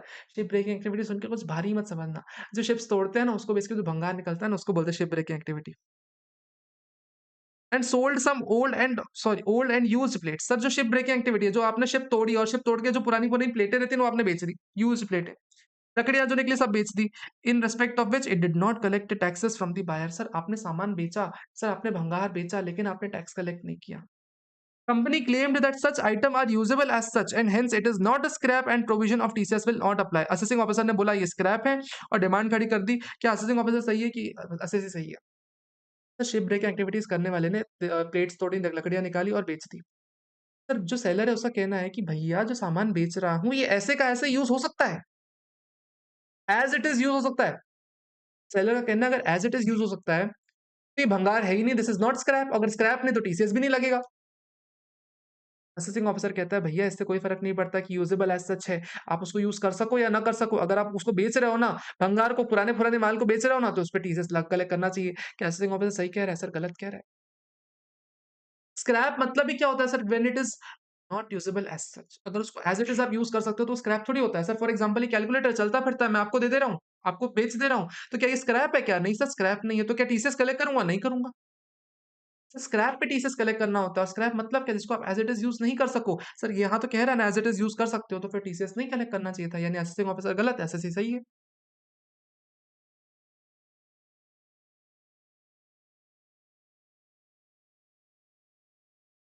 Question number 35, discuss TDS TCS implication in any of the, अच्छा, in any of the following cases, in the following cases if any. Next is a book maker. Book maker कौन होता है? जो, ठीक है, उस साइड बैठा रहता है, टेबल के उस साइड ऐसे खिला रहा होता है ना, ऐसे ऐसे वो सिक्के विक्के देके तुमको गेम खिलाता है कसिनो में, उसको बुक मेकर बोलते हैं। B is a punter. Punter punter punter उनको बोला जाता है जो टेबल के इस साइड बैठे रहते हैं, हमारे साइड, जो पैसे देते हैं और जीतने की ताक में रहते हैं। 22 जनवरी 2025 को जो बी है ना पंटर, उसने हॉर्स रेसेस में जीता कितना? 50,000 रुपए जीता। एंड सफर्ड लॉसेस 20,000 रुपीज, एक लॉस में। सर कहते हैं 50,000 जीता, 20,000 हारा। नेट में कितना जीता? 20-30,000 रुपए जीता है। क्या टीडीएस कटेगा इस केस में? किस पे टीडीएस कटेगा? राइट आंसर है सर, हमेशा ग्रॉस विनिंग्स पर टीडीएस कटता है, वो भी 30%। ग्रॉस विनिंग्स पे 30% टीडीएस कटता है, दैट्स इट। मिस्टर संतोष ने लेट आउट कर रखी है अपनी property sir 60,000 rupees per month के लिए सर, 1 जनवरी 2025 से प्रीति को। सर अगर कभी भी मंथली रेंट आपका 50,000 से ज्यादा चला जाता है तो उस पर टीडीएस काटना पड़ जाता है। कुल मिला के आपका कितना रेंट हो गया sir? Almost as good as sir 60,000 rupees के हिसाब से आपका 3 महीने का रेंट कितना हो जाता है सर? नियरली आपका 3 महीने का रेंट 2.5 मंथ्स का रेंट हो जाएगा आपका कितना सर? 1.5 लाख हो जाता है। इस पे 2% टीडीएस काटने की लायबिलिटी आ जाती है। इसमें सर 194 आईबी में टीडीएस काटना पड़ जाता है।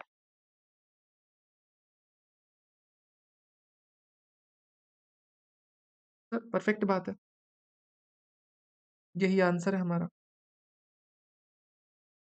क्वेश्चन नंबर 34 क्या बोलता है? Question number 34 is also nice question. Discuss the following. Discuss whether the TDS tax has to be deducted at source under the provisions of Income Tax Act or not. बताओ।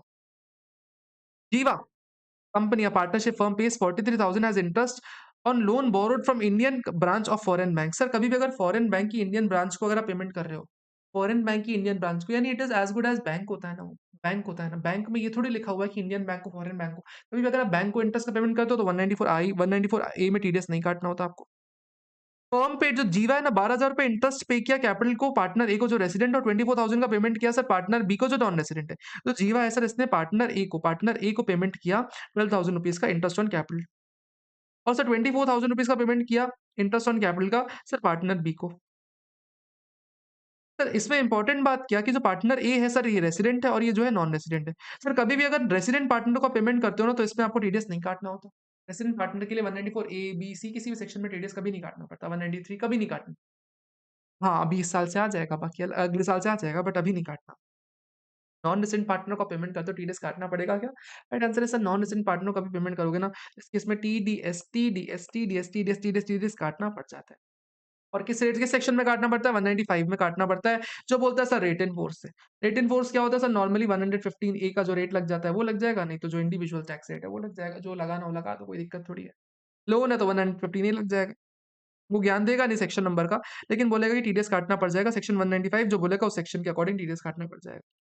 तीसरा, sir ये जो above firm है ना जीवा, sir अपने B को, non resident partner को 50,000 रुपए का प्रॉफिट दिया।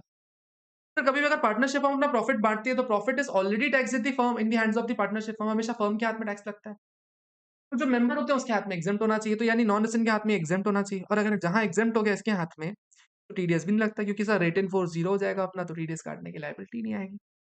सवाल सिंपल सा है सर, सवाल बड़ा ही सिंपल सा है, लेकिन सर कत्थे आना चाहिए बस, आना चाहिए। सवाल बड़ा ही सिंपल सा है। नेक्स्ट क्वेश्चन पे आ जाओ। Question number 33 is a good question, इसको थोड़ा सा ना सॉल्व करना पड़ेगा, तो आओ आओ साथ में। Gamma private limited is an Indian company established in previous year 8 reports total income of 22 lakh रुपए for previous year ended 31 March 2022। Gamma limited का total turnover, total income 20 lakh रुपए की, 22 लाख रुपए की। टीडीएस डिडक्टेड कितना है सर? 1,68,000, 1,68,000 का टीडीएस डिडक्टेड है। एंड सर उसने डब्ल्यू टैक्स इनकम पे कितना टैक्स भर रखा है? 30,000 रुपीज का डब्ल्यू टैक्स इनकम पे टैक्स भी भर चुकी है वो, यानी सर रिलीफ है। सेक्शन 90 की रिलीफ इतनी हो गई, ठीक है। कंपनी ने एडवांस टैक्स कितना पे किया है सर? जून क्वार्टर का कितना? 45,000, सितंबर में 90,000, दिसंबर में 1 लाख रुपए, और मार्च में सर 1,05,000 रुपए। कंपनी ने अपना रिटर्न कब फाइल किया? 3 नवंबर को, यानी सर लेट फाइल किया रिटर्न, 3 दिन 4 दिन लेट फाइल किया, 4 days. Compute the interest payable, सब निकालो। इंटरेस्ट 234 एबीसी का कोई ट्रांसफर प्राइसिंग के प्रोविजन नहीं लग रहा है सर, प्लस कंपनी का टर्नओवर 22-23 में 250 करोड़ है, यानी सर टैक्स रेट कितनी हो गई? सर टैक्स रेट हो गई अपनी कितनी? 25%। सर एक बार टैक्स निकालोगे कंपनी का, सर देखना इधर, इधर देखो, इधर देखो। 22 लाख पे सर 25% टैक्स रेट लगेगा, प्लस 4% का एजुकेशन सेस लगेगा, यानी टैक्स लायबिलिटी निकले कितनी कंपनी की?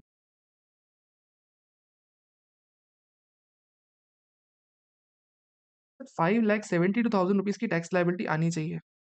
इसमें से सर टीडीएस डिडक्टेड कितना है? 168 का तो टीडीएस डिडक्टेड है। और रिलीफ कितनी है? ₹30,000 की डीटी डबल ए की रिलीफ है, यानी नेट टैक्स लायबिलिटी कितनी निकलेगी?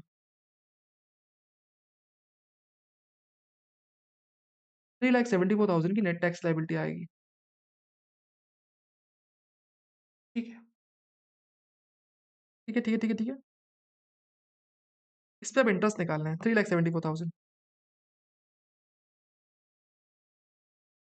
ठीक है, 234 सी का निकाले, 234 सी का, क्वार्टर वन का। क्वार्टर वन क्या बोलता है सर? पहले क्वार्टर में 15% भर देना चाहिए था। 5,61,000, 56,100। कितना भरा आपने क्वार्टर वन में? 45,000 भर दिया।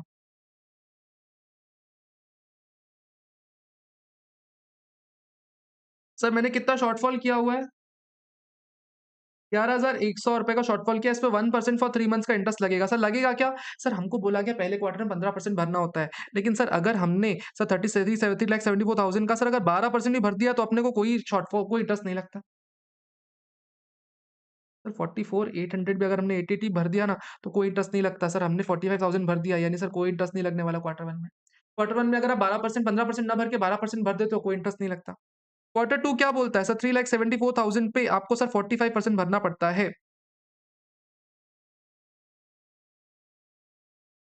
168,300। नॉर्मल चेक के लिए सर अगर आप 3,74,000 पे अगर आप सर कितना भर देते हो? आप अगर 36% भी भर देते हो, कितना? 134,640 माइनस पेड कितना है आपका? पेड कितना है? दो आपको 2 क्वार्टर का पे कितना कर चुके हो? सर 90,000 प्लस 1,45,000 यानी 1,35,000 पे कर चुके हो। Oh my god! सर एक बात बताओ मेरे को, 168 पे करना चाहिए था, 135 पे किया। लेकिन सर मिनिमम अगर मैं 134 भी पे कर देता तो भी इंटरेस्ट नहीं लगता, यानी क्वार्टर 2 में भी इंटरेस्ट नहीं लगने वाला। क्वार्टर 3 पे आ जाओ। 3,74,000 पे सर कितना पे कर देना चाहिए था? 75% पे कर देना चाहिए था।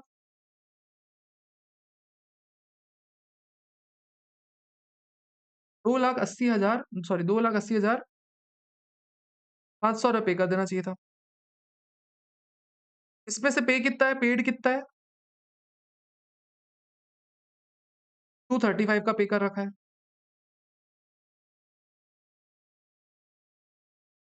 45,500 सर इस पे इंटरेस्ट कितना लगेगा sir? 1% for 3 months is equals to nothing but 3%। 1,365 रुपए का इंटरेस्ट लगेगा। क्वार्टर 4 की बात करूं, 3,74,000 3,47,000 3,74,000 100% पे कर देना चाहिए। 28 2 लाख नहीं 374 ही होता है। 374 1 2 3 आपने पे कितना कर रखा है? आपने पे कर रखा है 45,000।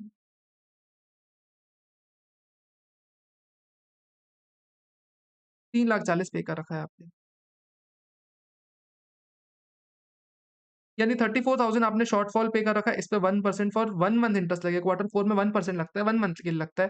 340 यानी 34 सी का इंटरेस्ट आपका कितना हो गया? 1365 प्लस 340 कुल मिला के आपका 1,705 रुपए का इंटरेस्ट हो रहा है क्वार्टर 234 सी का। Simple calculation. उसके बाद 234 बी का इंटरेस्ट आ जाएगा। 234 बी का 234 बी का इंटरेस्ट कैसे निकालते हैं? सर आपको 3,74,000 रुपीज पे कर देना चाहिए था ईयर एंड पे 100%। आपने पे कितना किया? आपने पे किया 340 पे किया हुआ है पेड। शॉर्टफॉल कितना है? 34,000 रुपीज शॉर्टफॉल है। सर लेकिन इसमें दिक्कत क्या है? इसमें एक छोटी सी दिक्कत है। बोलता है अगर आप 374 का अगर 90% भी पे कर देते हो ना तो आपके ऊपर इंटरेस्ट नहीं लगता। 90% कितना आता है? 374 का 90%, 336 डबल, ये इतना भी पे कर दे तो इंटरेस्ट नहीं लगेगा। हमने ज्यादा ही पे कर रखा है, यानी 234 बी का भी इंटरेस्ट नहीं लगने वाला हमारे। 234 ए की बात करें सर, 234 ए की तो शॉर्टफॉल कितना है हमारा? टैक्स में 34,000 रुपीज का शॉर्टफॉल है। कितना हमने सेल्फ असेसमेंट टैक्स कम भरा हुआ है?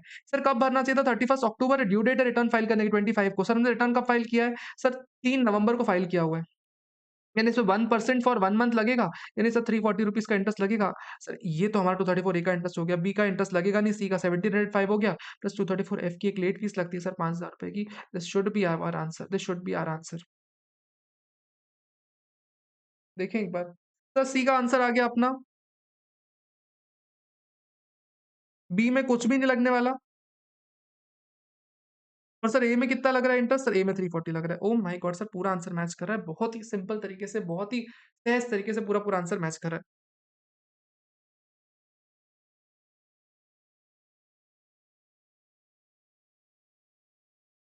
क्वेश्चन नंबर 31 पे, 32 को आप रोक सकते हो। 31 पे आ जाओ। Examine and compute the tax liability for the deduction of tax at source in the following cases. ठीक है, फॉर द ईयर एंड 31 मार्च 2025। 26 जून 2024 को एक्स रेसिडेंट ने 3 सेपरेट ट्रांजैक्शन की प्रॉपर्टी खरीदने के लिए एक्स से 3 घर खरीदे। ठीक है, पहले मुंबई से घर खरीदा वाई से 90 लाख रुपए का। एक अर्बन प्लॉट खरीदा कोलकाता से, ये हाउस प्रॉपर्टी। ठीक है, कोलकाता में मिस्टर सी से कितना 49.5 लाख रुपीज में। और तीसरा, एक रूरल एग्रीकल्चर लैंड खरीदा मिस्टर डी से 60 लाख रुपीज में। स्टैम्प ड्यूटी वैल्यू कितनी है सर? 95 लाख रुपीज की ये कंसिडरेशन है। Stamp duty value 95 lakh rupees की स्टैम्प ड्यूटी वैल्यू इसकी, 48 लाख रुपीज इसकी स्टैम्प ड्यूटी वैल्यू और 65 लाख रुपीज इसकी स्टैम्प ड्यूटी वैल्यू। बताओ टीडीएस किस पे काटना पड़ेगा? सर 194 आईए क्या बोलता है, प्रॉपर्टी कभी भी खरीदोगे 194 आईए में टीडीएस काटना पड़ेगा अगर प्रॉपर्टी की या तो स्टैम्प ड्यूटी वैल्यू या कंसिडरेशन 50 लाख से ज्यादा की है। मुंबई वाला घर खरीदा 95 लाख में खरीदा, 90 लाख में खरीदा, एसडीबी 95 लाख, यानी सर 95 लाख पे 1% टीडीएस काटना पड़ जाएगा। अर्बन प्लॉट खरीदा सर, दोनों ही 50 लाख से कम किया, no TDS, no TDS, no TDS, second वाले में नो टीडीएस। तीसरा सर, रूरल एग्रीकल्चर लैंड से ज्यादा ही क्यों ना हो सर, नो टीडीएस, यानी सर 95 लाख पे 1% 95,000 रुपीज टीडीएस काटना पड़ेगा एक्स को। That is the only responsibility. आप चेक करोगे आंसर भी मिलेगा। ओ माय गॉड सर, पूरा सही है। 17 जून 2024 को कमीशन पे किया गया 50,000 रुपए का was written by the consignee. अच्छा ये थी, ये हमने कर लिया। राज 35 ईयर्स के हैं, working with AB bank, entitle for salary 85,000 rupees. एक अच्छा 35 साल के हैं, 85,000 रुपीज की सैलरी मिल रही है इनको पर मंथ की। ओ भाई भाई साहब, 12 मंथ की सैलरी। उसके अलावा he has a house which is self occupied. उस पे इंटरेस्ट कितना पे कर रहा है? 1,95,000 रुपीज का इंटरेस्ट पे कर रहा है during previous year 24-25। The loan was taken for the construction of the house in. ठीक है, he was a notified employer, he has notified employer. उसके अलावा सर लॉस उसने सब कुछ फर्निश कर रखा है। राज ने डिक्लेयर कर दिया कि वो शिफ्ट आउट करना चाहता है 115 बीएससी से। Raj has declared that he exercise to shift out of default tax regime, यानी सर रेगुलर रिजीम में टैक्स भरना है। यानी सर कितना इनकम हो जाती है सर? 85,000 इंटू 12 करना पड़ेगा, इसमें से माइनस करना पड़ेगा 50,000 रुपीज का स्टैंडर्ड डिडक्शन, माइनस करना पड़ेगा 1,95,000 रुपीज का हाउस प्रॉपर्टी का लॉस। कुल मिला के जो आएगी वही हमारी जीटीआई बनेगी और वही हमारी एनटीआई बनने वाली है।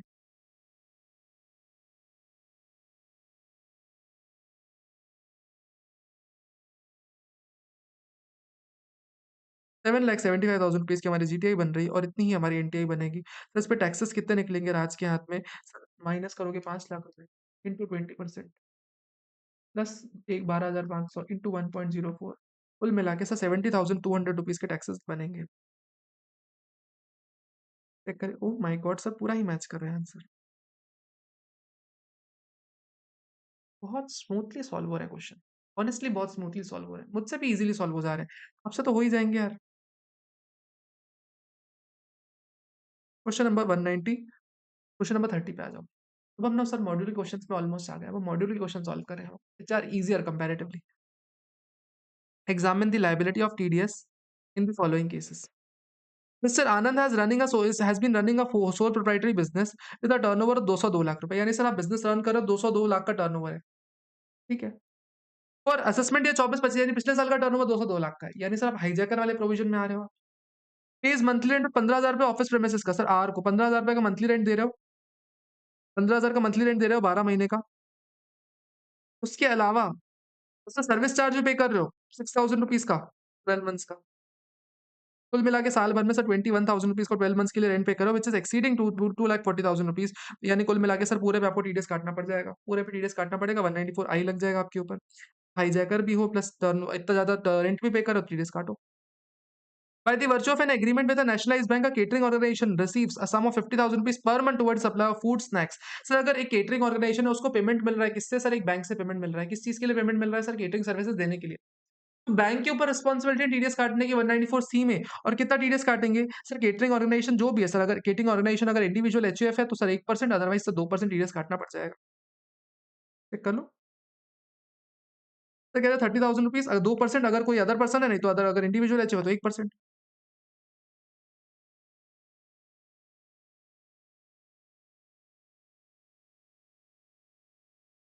An Indian company pays gross salary including allowances and monetary perquisites amounting to 730।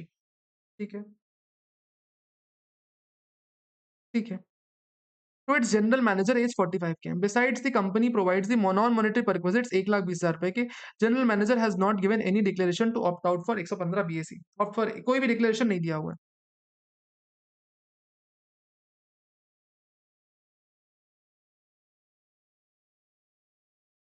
ठीक है, 7,30,000 रुपए की सैलरी है, प्लस 1,22,000 रुपए के नॉन मॉनेटरी परक्विजिट्स है। कुल मिला के सर 8,50,000 रुपीज़ की इनकम हो जाती है।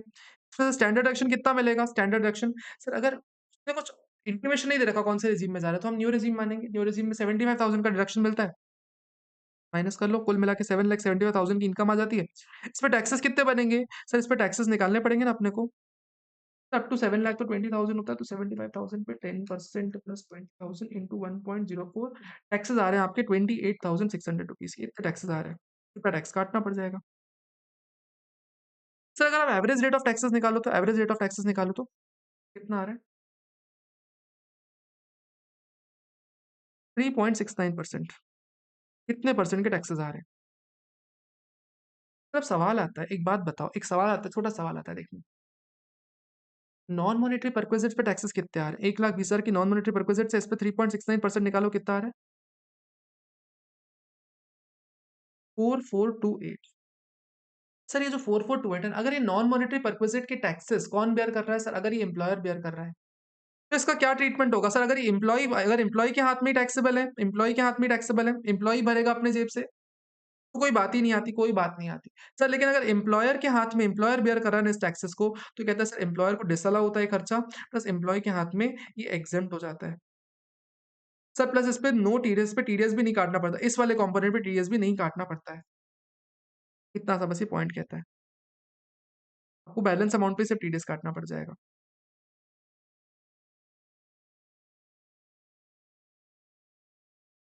Question number 29। टीडीएस की ऑब्लिगेशन बताओ। MNO as an employer credited salary कितने मार्च मंथ की है, amounting to 940 to the to account of Q employee. Q has not intended, कोई भी रेजिम ऑप्ट नहीं कर रखी, सर क्या करोगे? सीधे सीधे 940 की सैलरी है, इसको न्यू टैक्स रेजिम मानो, टीडीएस काट लो। न्यू टैक्स रेजिम मानो, टीडीएस काट लो। He is an individual whose total sales in the business for the year ended 31st March 2024 2.2 crore का and paid 9 lakh rupees cheque on 1/1/2024 को to a contractor an individual for construction of his factory building. No amount was credited earlier to this contractor. Sir कह रहा है पिछले साल में turnover 1 crore ज्यादा का, यानी 194 सी में टीडीएस काटने की लायबिलिटी। आप सर 9 लाख रुपए पेमेंट कर रहे हो सर, कॉन्ट्रैक्टर को भी इंडिविजुअल हो तो 1% टीडीएस काटोगे इसमें।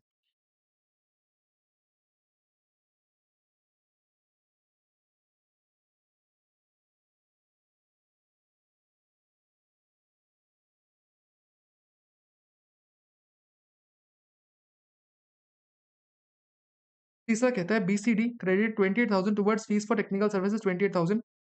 कहता है बीसीडी ने 28,000 रुपए पेमेंट किया प्रोफेशनल सर्विसेज के लिए एंड 27,000 रुपीज पेमेंट किया टेक्निकल सर्विसेज के लिए। तो टोटल 55,000 एचजी को पेमेंट किया हुआ है। सर टीडीएस काटेंगे क्या 194 एच में, 194 जे में? सर कहता है 194 जे में टीडीएस नहीं काटना पड़ेगा। क्यों? क्योंकि प्रोफेशनल सर्विसेज के लिए अलग 30,000 देखना पड़ता है और टेक्निकल सर्विस के लिए अलग 30,000 देखना पड़ता है। कोई टीडीएस नहीं काटना पड़ेगा। आंसर देखोगे यही मिलेगा आपको। क्वेश्चन नंबर 28 क्या बोल रहा है? Examine the applicability of the provisions relating to the deduction of tax at source in the following transactions. Max Limited pays 1,02,000 रुपए मिनी लिमिटेड को, इंडियन कॉन्ट्रैक्टर है जो कि सर कॉन्ट्रैक्ट है 15 अक्टूबर 2024 का। तो manufacture the products according to the specification of the Max. Sir Max ने payment किया है मिनी को, सर सामान ही मैक्स सप्लाई करेगा, यानी सर जो मिनी है सर ये जॉब वर्कर का है और जॉब वर्कर में भी 1,02,000 का पेमेंट है सर, 1 लाख के ऊपर का पेमेंट है, यानी सर 194 सी में टीडीएस काटना पड़ेगा। और सर ये कंपनी है तो 2% टीडीएस काटना पड़ जाएगा। Company operating a television channel makes payment of 5 lakh रुपए to former cricketer. Sir cricketer को पेमेंट कर रहे हो जो कि कमेंट्री कर रहा है। सर अगर कमेंट्री कर रहा है तो 194 जे में टीडीएस काटना पड़ता है, सर 10% टीडीएस काटना पड़ जाता है। देखोगे सेम टू सेम आंसर आपको यहाँ पे मिलेगा। बहुत ही सिंपल सिंपल से क्वेश्चन है। 27 में examine the context of the provision relating to chapter 17 B यानी टीडीएस के प्रोविजंस के अकॉर्डिंग, और बताओ टीडीएस कितना कटेगा। Payment of 5 lakh rupees made by JCP to Pingu company on 5 September 2024 को for organising a debate competition preservation of ये तो कह रहा है अगर आप कॉन्ट्रैक्टर को पेमेंट करो, कॉन्ट्रैक्टर को, एक मिनट रुको रुको रुको, ध्यान से देखना सवाल क्या बोल रहा है। आपने 5 लाख रुपए का पेमेंट किया किसको? सर पिंगो इवेंट्स कंपनी को। सर इवेंट मैनेजर को पेमेंट कर रहे हो। हमने इवेंट मैनेजर के लिए पढ़ा हुआ है कि दो टाइप के इवेंट मैनेजर होते हैं, एक होता है स्पोर्ट्स इवेंट मैनेजर और एक होता है others.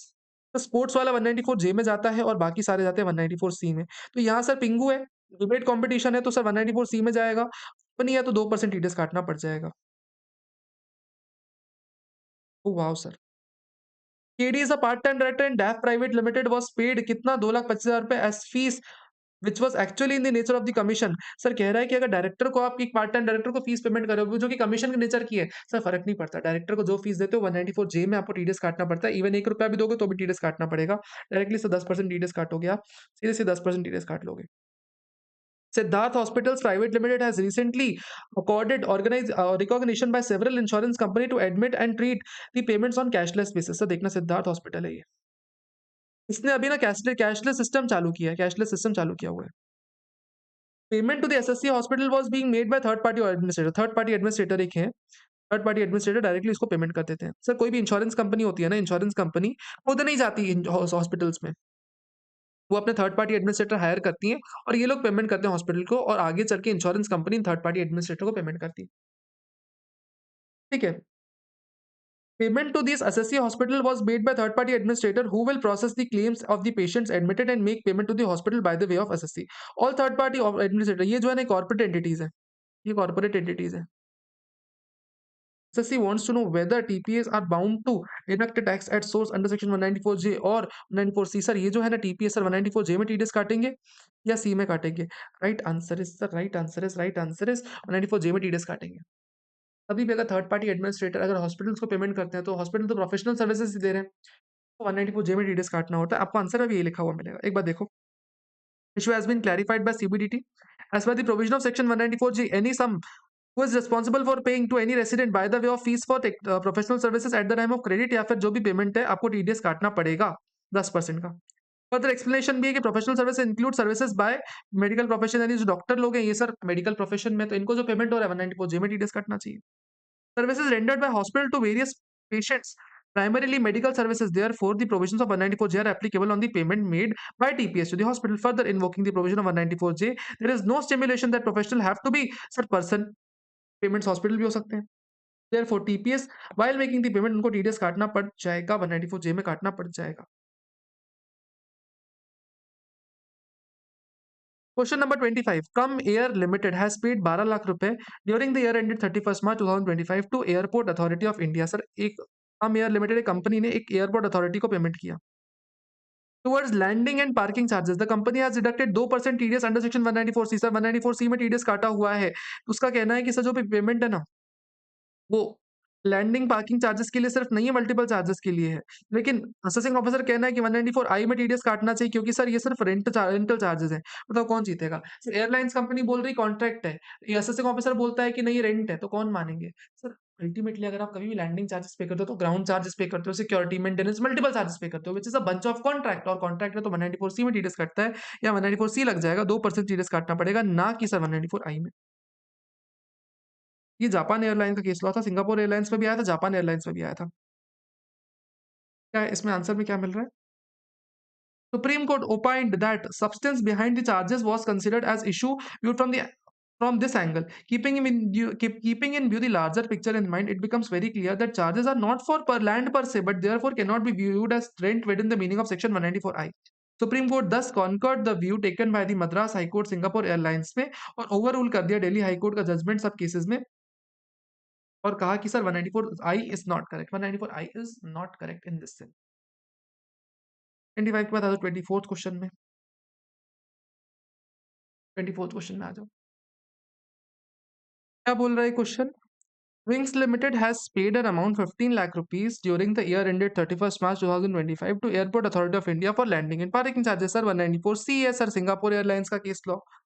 Ramesh has building on sublease to Mac Limited with effect from 1 October 1 July 2024 on rent 20,000 per month का रेंट है। The company also took on hire machinery from Ramesh with effect from 1/4/2024 को।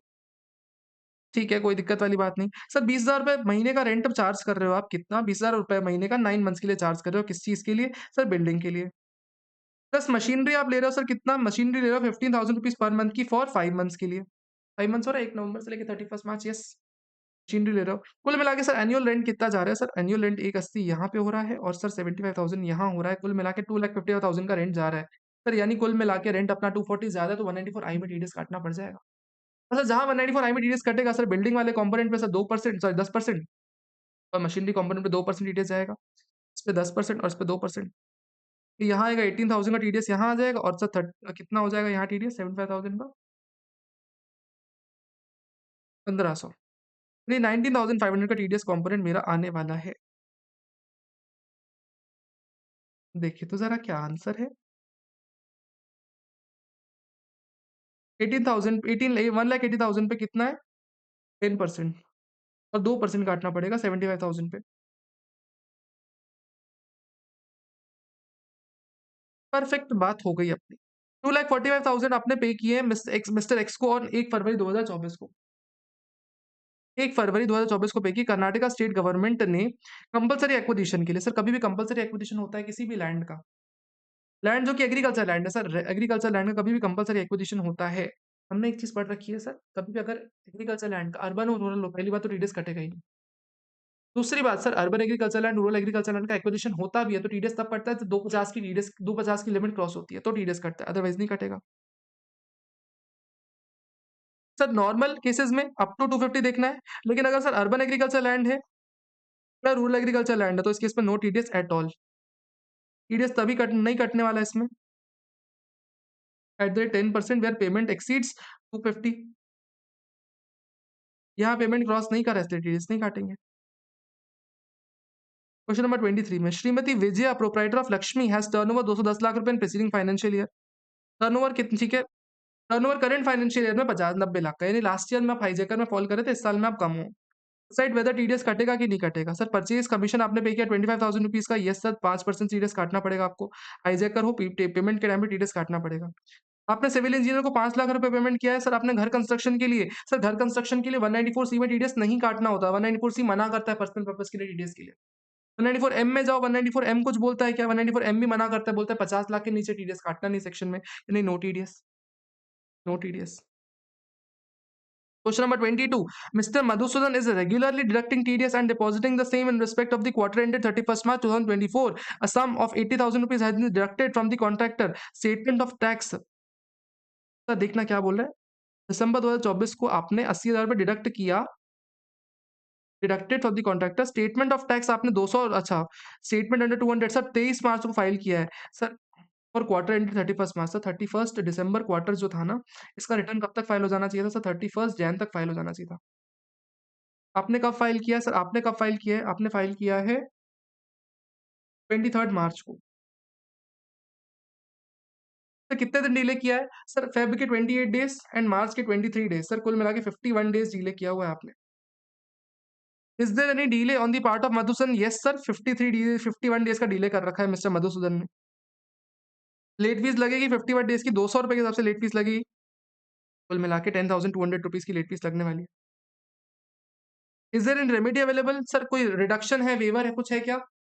Reasonable cause of failure request करो, कोई penalty नहीं लगने वाली। Question number 21 पे आ जाओ।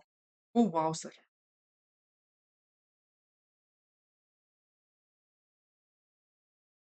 इस पे रुक जाओ, क्वेश्चन नंबर 20 पे आ जाओ। Mister Gupta is resident Indian is in retail business and turnover कितना है सर? फाइनेंशियल ईयर 23-24 का टर्नओवर 12 करोड़ का है। He regularly purchases goods from another resident mister Agarwal. Aggregate payment साल भर में 95 लाख की है सर। पहले 20 लाख की पेमेंट की, कोई टीडीएस नहीं जाएगा। अगली पेमेंट 25 लाख की, कोई टीडीएस नहीं जाएगा। तीसरी पेमेंट 22 लाख की गई सर, इसमें से 5 लाख पे कोई टीडीएस नहीं सर। 17 लाख पे 5.1% यानी सर 1,700 रुपए का टीडीएस जाएगा। चौथी पेमेंट कब की गई? 28 लाख की पेमेंट की गई, इस पर टीडीएस काटना पड़ेगा 0.1% से। अज्यूम दैट सेड अमाउंट जिस दिन क्रेडिट किया उस दिन पे भी कर दिए। टर्नओवर अग्रवाल जी का, गुप्ता जी का टर्नओवर ये गुप्ता है और ये अग्रवाल है। गुप्ता जी का टर्नओवर क्या कह रहा है? 12 करोड़ है लास्ट ईयर में। अग्रवाल जी का भी टर्नओवर सर 15 करोड़ है, यानी सर टीडीएस ये क्या करेगा? बायर टीडीएस काटेगा। बायर टीडीएस काटेगा, अगर बायर सेलर दोनों का टर्नओवर ज़्यादा होता है तो बायर टीडीएस काटता है। Based on the above fact TDS इस इम्प्लीकेशन बताओ सर, बता दिया। क्या आपका आंसर बदलेगा अगर अग्रवाल जी का टर्नओवर कम है? अगर सर अग्रवाल जी का टर्नओवर कम है तो सर सेलर टीसीएस कलेक्ट करने वाला है, टीसीएस कलेक्ट करने वाला है। Sir all the facts remain same, आप अपना आंसर बताओ सर, अगर दोनों ने पैन फर्निश नहीं किया तो क्या होगा? सर सिंपल सा पॉइंट देखना क्या बोलता है, देखना बड़ा अच्छा पॉइंट है ये। ये गुप्ता टर्नओवर 10 करोड़ से ज़्यादा, ये अग्रवाल टर्नओवर 10 करोड़ ज़्यादा प्रीसीडिंग फाइनेंशियल ईयर में। ये सर बायर है, ये सर सेलर है। सर नॉर्मल केस सिनेरियोज़ में हमने समझ लिया चीज़ें, कोई मुश्किल वाली बात नहीं। सर अगर कभी बायर के पॉइंट ऑफ व्यू से आपको टीडीएस काटना है और सर सेलर ने पैन फर्निश नहीं किया, तो आपको 194 क्यू क्या बोलता है? 194 क्यू क्या बोलता है सर? 0.1% काटना पड़ता है over 50 lakh piece, over 50 lakh piece. लेकिन अगर पैन फर्निश नहीं किया तो क्या रेट बन जाती है? सर अगर कभी भी टीडीएस का सेक्शन आप पढ़ते हो ना तो क्या बन जाता है? रेट ऑफ रिस्पेक्टिव सेक्शन पकड़ते हैं और 20% पकड़ते हैं। 20% पकड़ते हैं। सर लेकिन 194 क्यू के लिए ना सर ये 5% बन जाता है, तो कितना होगा? 0.1% और सर 5% व्हिचएवर इज़ हायर, यानी सर 5% से टीडीएस काटने की लायबिलिटी आ जाएगी गुप्ता जी की, अगर सेलर ने पैन फर्निश नहीं किया तो। लेकिन अगर यही उल्टा केस बनता है सर, उल्टा केस बनता है सर, गुप्ता जी तो टीडीएस काटने के लिए लायबल थे ही नहीं। गुप्ता जी टीडीएस काटने के लिए लायबल थे ही नहीं। ये तो अग्रवाल जी है जिनको टीसीएस कलेक्ट करना है, टीसीएस अंडर सेक्शन 206C1H, इनको टीसीएस कलेक्ट करना है, तो ये पैन माँगने के गुप्ता जी से, पैन देने से मना कर दिया। इनको टीसीएस कितने रेट से कलेक्ट करना पड़ेगा? सर 206CCA बोलता है, sir twice the rate of respective section of 5%, sir twice the rate of respective section कितना? 0.2%, सर लेकिन 206C1H के लिए मैक्सिमम इट कैन बी 1%, यानी टीसीएस कलेक्ट करना पड़ेगा 1% से। यानी सर 194 क्यू में नॉन डिडक्शन, अगर आपको पैन नहीं मिला तो आप 5% टीसीएस कलेक्ट करते हो। लेकिन सर अगर 206C1H में पैन नहीं मिलता तो आप कितने रेट से करते हो? आप मैक्सिमम 1% से करने वाले हो। आई hope you understood this point. अच्छा सवाल है, इस पे एक बार नज़र ज़रूर घुमा लेना। हायर डायरेक्शन वाला पॉइंट मुझे एग्जाम के लिए पता नहीं क्यों इंपॉर्टेंट लग रहा है इस बार। पता नहीं क्यों इंपॉर्टेंट लग रहा है। इस क्वेश्चन पे एक बार स्टार मार्क कर लो, इसका पॉइंट नंबर 3 ज़रूर देख लेना। क्वेश्चन नंबर 19 पे आ जाओ। Amount of 40,000 rupees was paid, 1/7/2007 को पेमेंट किया प्रोफेशनल सर्विसेज का, without deduction of TDS. Sir 1 जुलाई को ही पेमेंट किया, टीडीएस जिस दिन पेमेंट करते हो उस दिन ही काटना पड़ता है। सब्सिक्वेंटली सर आपने 50,000 का पेमेंट किया कब? सर 28/2/2025 को। यानी सर जुलाई का पेमेंट था, आपने जुलाई नहीं पेमेंट किया, जुलाई टीडीएस नहीं काटा। जुलाई, अगस्त, सितंबर, अक्टूबर, नवंबर, दिसंबर, जैन, फेब, 8 महीने डिले किया आपने। यानी 40,000 रुपीज़ का जो आपने पेमेंट किया, इस पे 10% टीडीएस काटना चाहिए था। यानी सर आपने 4,000 रुपीज़ का पेमेंट किया, सर 8 मंथ्स के लिए डिले किया और सर इस पे 1% पर मंथ का इंटरेस्ट लगेगा। कुल मिला के सर 320 रुपीज़ का लेट डिडक्शन का इंटरेस्ट लगेगा, लेट डिडक्शन का। ये आपने 28 तारीख को डिडक्ट कर दिया। सर कब तक पे करवाना चाहिए था? 7 मार्च को पे करवा देना चाहिए था। आपने कब पे करवाया सर? आपने डिपॉज़िट करवाया 22 जून 2025 को। यानी सर 7 मार्च को पेमेंट करना चाहिए था। पूरा मार्च का लगेगा आपका, अप्रैल का लगेगा, मई का लगेगा, जून का लगेगा। 4 महीने का इंटरेस्ट लगेगा आपके ऊपर। यानी सर 9,000 रुपीज़ का पर मंथ का 4 मंथ के हिसाब से आपको इंटरेस्ट लगेगा। 4 मंथ्स इंटू 1%, यानी सर 540 रुपीज़ का आपके ऊपर यहाँ पे भी इंटरेस्ट लग जाएगा। सर कई बार क्या होता है, ट्रेसेस जो होता है ना, इस पे सर 1 मंथ का एक्स्ट्रा लगा देता है। यानी हो सकता है ट्रेसेस के केस में आपको 5% लग जाए। तो नीचे नोट डाल के आ जाना कि ट्रेसेस आपका 1% एक्स्ट्रा लगाता है, 1 महीने का एक्स्ट्रा लगाता है इंटरेस्ट। ट्रेसेस कहता है, सॉरी, अच्छा 1% नहीं है सर, 1.5% रहता है यहाँ पे। यस, 1.5% रहता है। नॉट एन इश्यू, बड़ा ही सिंपल सा क्वेश्चन था। X while making payment net of taxes to non-resident person, technical services to a World Bank aided project has deducted TDS out of such payment as prescribed rate and pay is not entitled to credit. Sir क्या कह रहा है देखिए, X ने payment किया, net of taxes payment किया, एक non resident को पेमेंट किया तो नेट ऑफ टैक्सेस पेमेंट किया, और जो X है ना बोल रहा है कि भैया हम तुमको क्रेडिट सर्टिफिकेट नहीं देने वाले because you are not entitled to credit. क्या कह रहा है? जो पेई है ना is not entitled to TDS certificate. Sir हम टीडीएस सर्टिफिकेट ही नहीं देने वाले आपको। जो पेई है ना उसको टीडीएस सर्टिफिकेट ही नहीं मिलना चाहिए। जब आप टीडीएस जमा करवाते हो तो एक सर्टिफिकेट निकलता है, सर्टिफिकेट आप सामने वाले को देते हो, इससे प्रूफ हो जाता है कि आपने टीडीएस काटा, सरकार को जमा करवा दिया। कह रहा है कि जो पेई है ना नॉन रेजिडेंट होने के कारण is not entitled for certificate. तो ये क्या बात होती है यार? तुम कौन होते हो उसका टीडीएस काट के अपने पास रखने वाले? या तुमने जमा भी कराया तो उसको सर्टिफिकेट देने में तुमको कौन रोक रहा है? किसने मना किया तुमको? सर कोई सेक्शन मना नहीं करता। Here the deductor is wrong in sense. Net of taxes means जो भी आप पेमेंट कर रहे हो टीडीएस काटने के बाद पेमेंट कर रहे हो, भले आप बेयर करो कोई बेयर करे सर, फर्क नहीं पड़ता इससे, आपको सर्टिफिकेट तो देना ही पड़ जाएगा। सेक्शन 198 कहता है जो भी डिडक्ट करोगे सर वो सामने वाले को क्रेडिट मिल जाती है। उसके अलावा कहता है सर 203 कहता है एवरी पर्सन इसका टीडीएस डिडक्ट हो रहा है उसको सर्टिफिकेट मिलेगा प्रिस्क्राइब्ड टाइम में, और सर अगर यहाँ टीडीएस आपने काटा है तो आपको सर्टिफिकेट भी देना पड़ जाएगा। Simple, it is his obligation to give certificate to him, even though अगर वो नेट ऑफ टैक्सेस पेमेंट कर रहा है, खुद की जेब से पेमेंट कर रहा है, सर सर्टिफिकेट देना आपकी जिम्मेदारी है।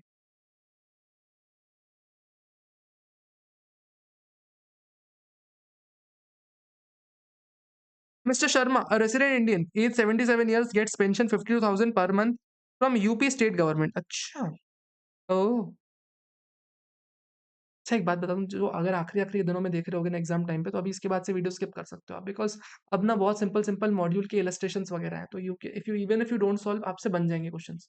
जो मुश्किल पार्ट था हमने कर लिया, तो अगर आप छोड़ना चाहो ना, you can skip out. Time है देखो, अदरवाइज़ टाइम नहीं तो छोड़ क्वेश्चन छोड़ सकते हो, reasonably you can leave. The same is credited to the savings account of SBI, ठीक है। पेंशन मिली एसबीआई के सेविंग्स अकाउंट में, हमने क्रेडिट कर दी, लखनऊ ब्रांच में। 50,000 पर मंथ है, इंटू 12 मंथ्स के लिए, ठीक है। In addition he gets 8% fix deposit interest 20 lakh पे, तो यानी 20 लाख पे 8% पर एनम। 2 लाख रुपए तो उसने 1 अप्रैल को ही करवा रखी है एफडी, 2 लाख की एफडी तो अभी करवा रखी है। अच्छा, तो 20 लाख पे 8% कितना इंटरेस्ट मिला होगा? 1,06,000 रुपीज़ का इंटरेस्ट मिला होगा। यानी कुल मिला के सर सैलरी कितनी हो रही है? 52,000 की सैलरी हो रही है इंटू 12, 6,24,000 की सैलरी मिल रही है। इस पे स्टैंडर्ड एक्शन मिलेगा 75,000 रुपीज़ का। कुछ बोला नहीं तो न्यू टैक्स रेजिम मानूंगा। बस 1,60,000 रुपए की मैं क्या मानूंगा? 1,60,000 रुपए की एफडी की इनकम मानूंगा। कुल मिला के इनकम कितनी हो रही मेरी? 7,09,000 रुपीज़ की मेरी टोटल इनकम हो रही है।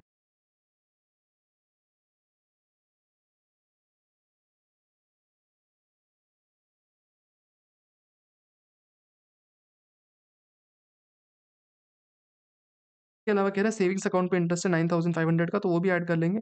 7,18,500 की इंटरेस्ट इनकम टोटल इनकम आ रही है, जीटीआई आ रही है। और सर क्योंकि न्यू टैक्स रेजिम में है तो सर न्यू जीटीआई ही हमारी एनटीआई बनेगी। इस पे टैक्स लायबिलिटी निकालूं, माइनस करूंगा प्लस 9।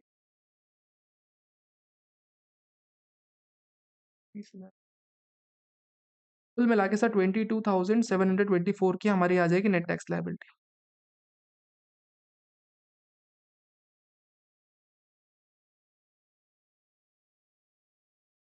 ठीक है, तो सर इतनी नेट टैक्स लायबिलिटी आ रही है, लेकिन सर इसमें एक छोटा सा कैच रहता है, there is a small catch. Sir अगर कोई सीनियर सिटीजन है, सीनियर सिटीजन क्या बोलो, कोई भी पर्सन हो, अगर सर उसकी इनकम 7 लाख से ज्यादा रहती है, तो यार इससे अच्छा ये 18,500 रुपये अपना वेव ऑफ कर देना। 18,500 वेव ऑफ कर दे, 7 लाख की इनकम बन जाएगी। 7 लाख की इनकम वैसे ही नॉन टैक्सेबल होती है। इसकी टैक्स लायबिलिटी सर इतनी नहीं बन के सर 18,500 बनेगी, प्लस 4% का एजुकेशन सेस। कुल मिला के इसकी टैक्स लायबिलिटी 18,500 इंटू 1.04 इतनी लायबिलिटी बनेगी।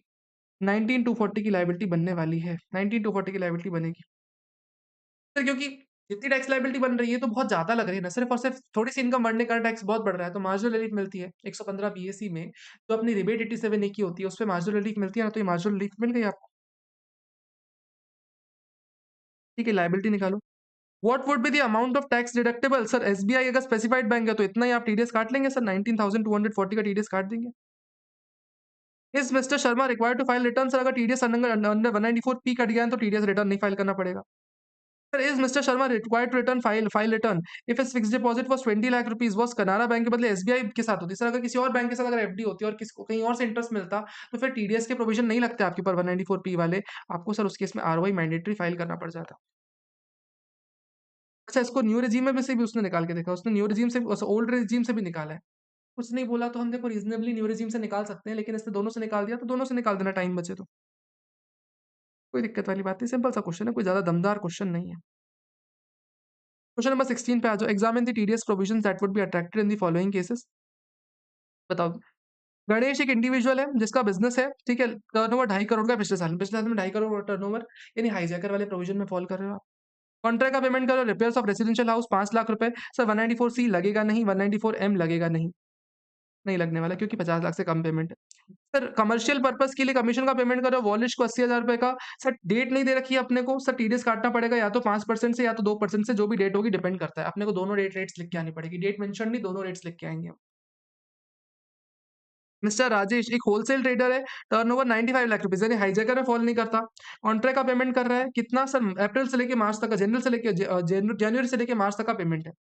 20 लाख रुपए जनवरी में, 15 लाख रुपए फरवरी में, 20 लाख रुपए मार्च में, यानी कुल मिला के 55 लाख का पेमेंट कर रहा है। इस पे 2% टीडीएस काटना पड़ेगा 194 एम में। सतीश एक सैलरीड इंडिविजुअल है सर, यानी हाइजैकर नहीं है सर। घर खरीदने के लिए कमीशन पे कर रहा है 51 लाख रुपीज़ की मार्च में। सर 2% टीडीएस काटना पड़ेगा 194 एम में। धीरज एक पेंशनियर है सर, कॉन्ट्रैक्ट के लिए पेमेंट कर रहा है अक्टूबर से लेके नवंबर तक के बीच में सर 48 लाख रुपीज़ के। सर 194 सी में तो टीडीएस कटेगा नहीं क्योंकि पेंशनियर है। 194 एम में काटना पड़ सकता है, लेकिन इसमें भी 50 लाख की लिमिट है, उससे कम पेमेंट करा तो no TDS. Question number 15 East Bengal club एक रिनाउंड क्लब है जो कि सर रघु को एंगेज कर रहा है resident of India as a coach. 6 lakh रुपए पेमेंट कर रहा है। सर अगर कभी भी रघु को कोच की तरह अपॉइंट करते हो 194 जे में टीडीएस काटना पड़ जाता है।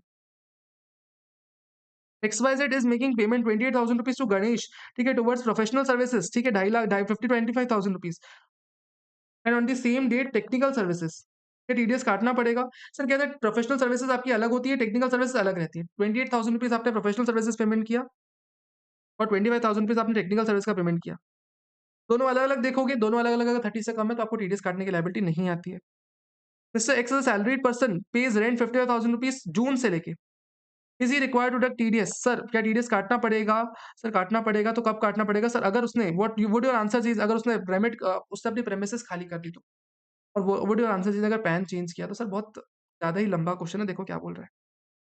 1 जून 2024 से लेके 31 मार्च 2024 का पहला 25 तक का पहला केस है। आप रेंट कितना पे करो? 55,000 रुपीज। 10 मंथ्स का पेमेंट करो रेंट, 10 मंथ्स का कुल मिला के 5,50,000 रुपीज का रेंट पेमेंट कर रहे हो। इसे कैलकुलेट कभी नहीं करते इसमें। सर 1 जून से लेके 30 सितंबर तक कुल मिला के सर कितने महीने होते हैं? सर 4 महीने हो जाते हैं। 4 मंथ्स के लिए सर रेंट पेमेंट 55,000 है, 5% टीडीएस जाएगा। तो 6 मंथ्स के लिए रेंट पेमेंट सर 55,000 है, सर इस पे रेंट टीडीएस कितना जाएगा? 2% जाएगा। कुल मिला के जो अमाउंट निकलेगा ये टीडीएस हमारा जाएगा सर, अगर इस डेट तक रह रहे हैं तो।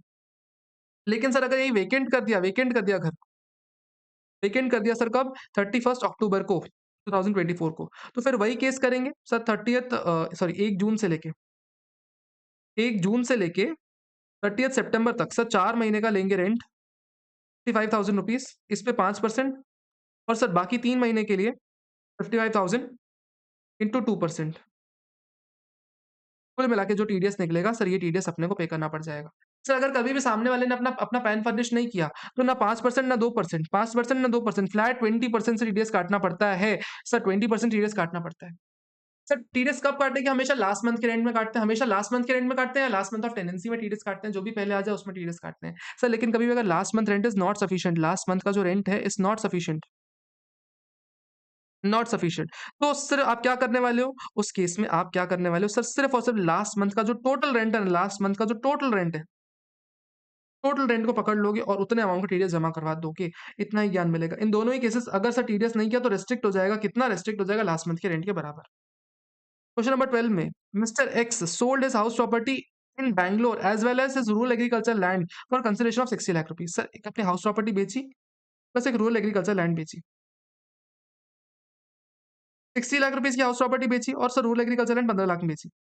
कब? सर 1/8/2024 को। की परचेज हाउस प्रॉपर्टी परचेज कितने की थी? सर 40 लाख की परचेज की थी, फिर 10 लाख की परचेज की थी, यानी सर कैपिटल गेन आएगा 20 लाख रुपए और यहाँ पे आ जाएगा 5 लाख रुपए।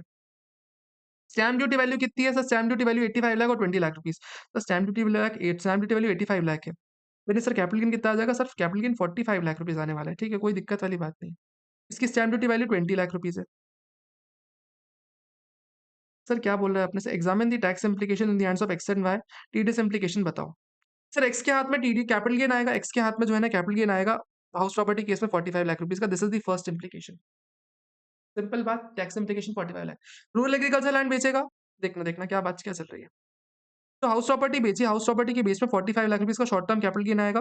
रूरल एग्रीकल्चर लैंड को बेचा, उसमें कोई कैपिटल गेन नहीं आता क्योंकि वो कैपिटल एसेट ही नहीं। जो बायर है सर, बायर के हाथ में अपने को देखना पड़ेगा। जो ये प्रॉपर्टी मिली है ना सर, प्रॉपर्टी, इसमें 45 लाख रुपीज़ का सर गिफ्ट के प्रोविज़न में सर 56 टू 10 लग जाएगा, क्योंकि सर सस्ते में मिल गई। अब the SGV minus consideration exceeds 50,000 rupees and SGV is greater than 110% of consideration, तो इस केस में 56 टू 10 लग जाता है। सर ये तो लगेगा ही लगेगा, यानी 45 लाख रुपीज़ का गिफ्ट आ जाएगा बायर के हाथ में। सेकंड चीज़ सर, बायर को टीडीएस काटना पड़ेगा। टीडीएस किस पे? सर या तो 60 लाख रुपीज़ या 85 lakh rupees, whichever is higher पे काटना पड़ जाता है, यानी 85 लाख रुपीज़ पे बायर 1% टीडीएस काटने वाला है। 85 लाख पे 1% टीडीएस काटने वाला है। ध्यान देना इसमें कभी भी। सर रूरल एग्रीकल्चर लैंड पे टीडीएस नहीं जाता, क्यों? क्योंकि वो कैपिटल एसेट ही नहीं होता।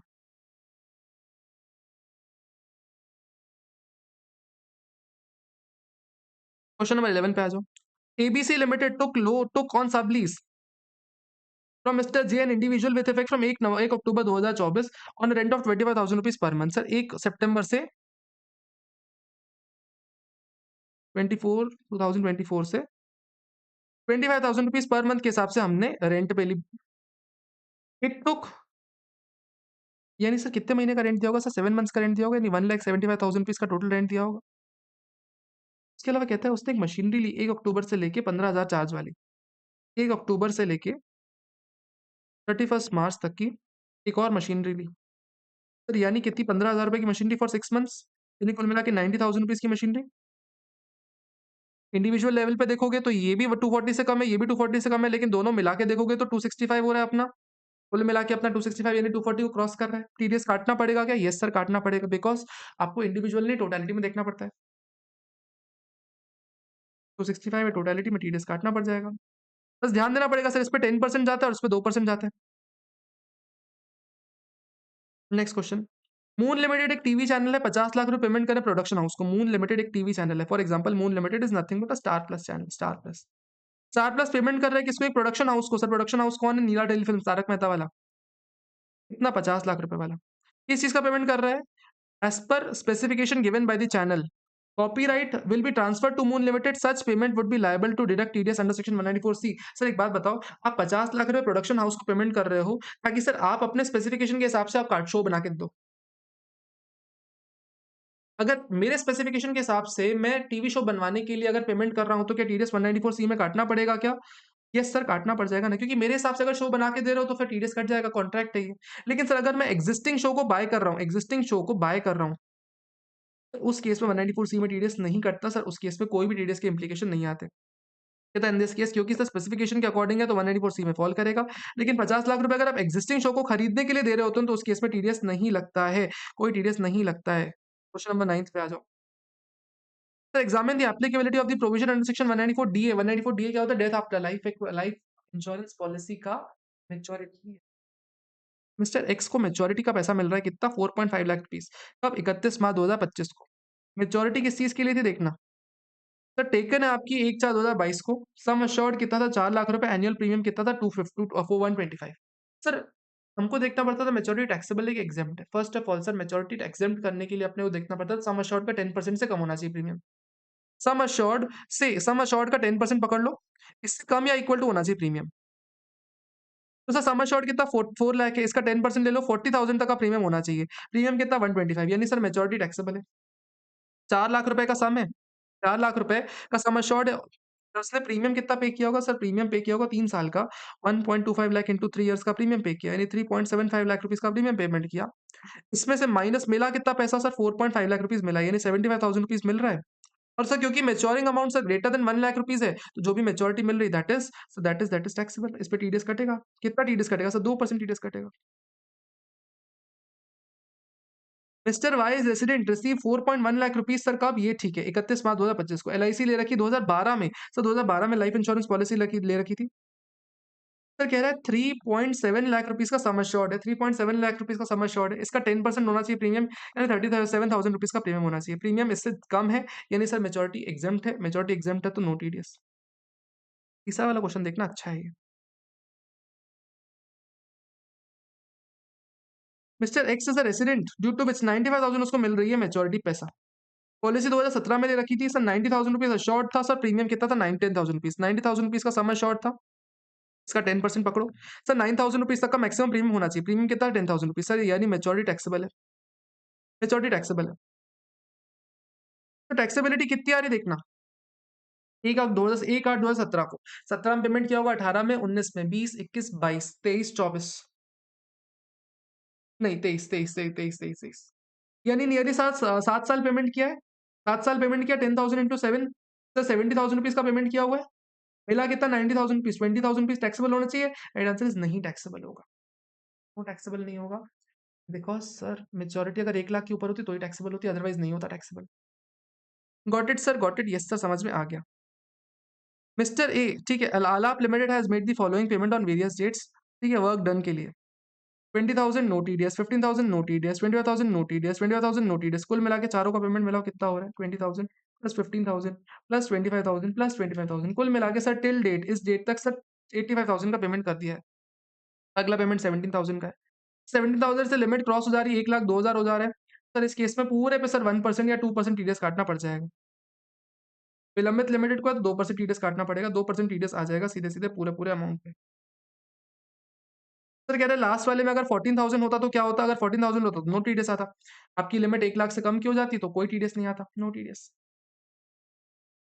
8th वाला पॉइंट हो गया। 7th वाला point, Aarti Cements Limited provides jute bags from Raj Kumar and Company.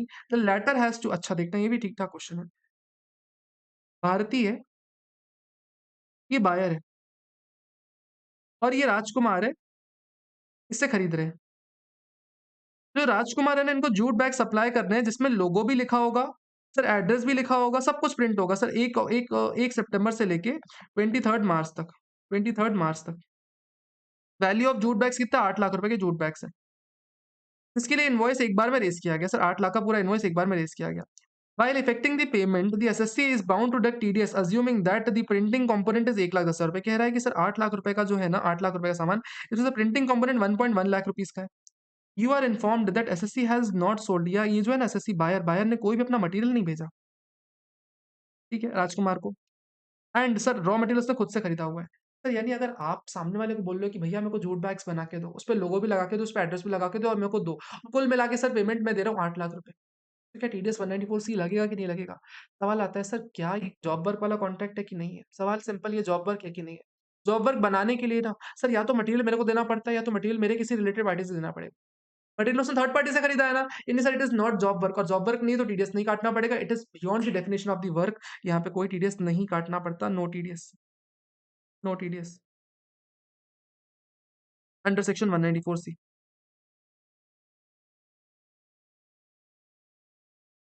आगे आ जाओ। एबीसी लिमिटेड फॉलोइंग पेमेंट्स कर रहा है कॉन्ट्रैक्टर को, 20,000 की payment no TDS, 25,000 payment no TDS, 28,000 no TDS, चौथी पेमेंट कर रहा है 30,000 रुपीज़ की, यस टीडीएस आ जाएगा क्योंकि 1 लाख क्रॉस हो रहा है, देख के समझ में आ रहा है क्रॉस हो रहा है, लगेगा। सर कह रहे हैं गोविंद ने लॉटरी प्राइस जीता सर 5 लाख रुपए की मारुति कार, कैसे सर टीडीएस काटा जाएगा? सर कहता है या तो 5 लाख रुपए में से जो इसको लॉटरी मिल रही है उससे पैसे लेगी कंपनी, जिससे जिसको लॉटरी मिल रही है उसको पैसे लेगी टीडीएस का पैसा, या तो सर कंपनी अपनी जेब से बेयर कर ले, या तो सर उसको बोल दे कि एडवांस टैक्स भर दो, उस हिसाब से कट जाएगा टीडीएस। माया बैंक ने 73,50,000 रुपीज क्रेडिट किया interest on deposits in a separate bank account for micro monitoring purpose by core banking facility. Sir core banking facility के तहत में सर एक माइक्रो मॉनिटरिंग पर्पस के लिए स्पेशल प्रोविजन अकाउंट में interest credit किया। Actual interest credit नहीं हुआ है। एक्चुअल इंटरेस्ट तब क्रेडिट होता है जब सर अकाउंट में एक्चुअल में क्वार्टर एंड होता है या ईयर एंड होता है। प्रोविजन कहता है सर, प्रोविजन क्या कहता है? असेसिंग ऑफिसर कहता है सर जो इंटरेस्ट आपने क्रेडिट किया ना, रोज रोज टीडीएस नहीं काटा। 73 लाख रुपीस का आपने इंटरेस्ट का पेमेंट किया ना, इसमें बहुत सारे ऐसे लोगों को इंटरेस्ट पेमेंट किया आपने जो 40,000 से ज्यादा का है, माया बैंक ने टीडीएस नहीं काटा। माया बैंक ने टीडीएस नहीं काटा तो प्रोविजन कहता है सर, असेसिंग ऑफिसर ने 30% खर्चा डिसअलाउ कर दिया क्योंकि सर टीडीएस नहीं काटा था। असेसिंग ऑफिसर कहता है कि आपने टीडीएस नहीं काटा, 40,000 के ऊपर पेमेंट किया, मैं डिसअलाउ करूंगा खर्चा, प्लस पेनल्टी भी लगाऊंगा आपके ऊपर। तो करेक्ट है क्या assessing officer? Right answer sir. कभी मैक्रो मॉनिटरिंग पर्पस के लिए अगर अगर इंटरेस्ट पेमेंट कर रहे हो तो आपको टीडीएस सिर्फ और सिर्फ अकाउंट में क्रेडिट करते रहना, नहीं काटना। नॉर्मली अकाउंट में क्रेडिट करते टाइम या पेमेंट के टाइम पे टीडीएस काटते हैं, लेकिन अगर मैक्रो मॉनिटरिंग पर्पस के टाइम पे अगर आप सिर्फ अकाउंट में क्रेडिट करो ना, उस टाइम पे क्रेडिट पे टीडीएस नहीं काटना पड़ता। जब एक्चुअल अकाउंट क्रेडिट करोगे ना, तब जाके आपको टीडीएस काटना पड़ेगा। एक्चुअल अकाउंट तो क्रेडिट हो ही नहीं रहा ना, तो असेसिंग ऑफिसर गलत है। कोई इंटरेस्ट, कोई पेनल्टी, कोई भी डिसअलाउंस नहीं होने वाला है यहाँ पे। Examine the TDS application under section 194 ए क्या बोलता है? हरीश ने 1 अक्टूबर 2024 को 45 ईयर्स के 6 मंथ्स की डिपॉजिट किया 10 लाख रुपए की 9% पर एनम में एबीसी बैंक के पास। तो 10 लाख रुपए का डिपॉजिट किया 9% पर एनम, इस पे कितना 6 मंथ्स के लिए, 6 मंथ्स बाय 12 मंथ्स कितना होता है सर? नियरली नियरली हो जाता है अपना 45,000 रुपीज़ का इंटरेस्ट हो रहा है। क्या बैंक टीडीएस काटेगा? यस, टीडीएस काटेगा। 4500 टीडीएस काटेगा। नेक्स्ट पॉइंट, 1/6/2024 को गणेश ने सर 35 इयर्स के 9 6 मंथ्स डिपॉजिट्स किए 3 लाख रुपीज़ के। 3 लाख्स के 3 डिपॉजिट्स किए फॉर, ठीक है, 3 लाख्स के 3 डिपॉजिट्स किए 10 मंथ्स के लिए, out of 12 months, rate of interest 9% per annum. निकालो कितना हो रहा है? सर एक बात बताओ, मैच्योर कब हो रहा है सर? 28 फरवरी को हो रहा है, यानी सर 1 जून से लेके 28 फरवरी, यानी 9 मंथ्स का ही इंटरेस्ट मिलेगा, 9 मंथ्स का ही। 9 लाख पे 9 12 इंटू 9%, 60,750 रुपीज़ का इंटरेस्ट जा रहा है। इतना इंटरेस्ट हमारा जाएगा, इस पे सर 10% टीडीएस काट के बैंक आपको देगा। ये भी सही है। तीसरा क्या कह रहा है? ऑन 1/10/2024 राकेश 40 साल का है, 6 मंथ का इन्होंने फिक्स डिपॉजिट रिकरिंग डिपॉजिट चालू किया। 2 लाख रुपए पर मंथ का, 8% पर मंथ रिकरिंग है। मैच्योर हो रहा है 31 मार्च को। यानी सर 1/10/2024 को आपने 2 लाख रुपए जमा कराया। 6 मंथ्स के लिए डिपॉजिट करवाया आउट ऑफ 12 मंथ्स और रेट ऑफ इंटरेस्ट है 8% पर एनम। फिर 1/11 को आपने फिर से जमा कराया होगा, वही 2 लाख रुपए इंटू 5/12 मंथ्स के लिए 8%। फिर 1/12 को करवाया होगा आपने 2 lakh into 5/12 into sorry 4/12 into 8%। ऐसे करते-करते आपने 1 मार्च को करवाया होगा आपने 2 लाख रुपए, इसमें 1/12 का इंटरेस्ट होगा 8% पर एनम। यानी कुल मिला के अगर मैं कॉमन लेता हूँ तो 2 lakh into 8% into 6 plus 5 plus 4 plus 3 plus 2 plus 1 divided by 12। अगर थोड़ा-सा भी थोड़ा मैथ्स में दिक्कत हो रही है तो यार देखो तुम सीए फाइनल में हो, ठीक है? आई कैन एक्सपेक्ट कि आपको इतनी मैथमेटिक्स आती होगी।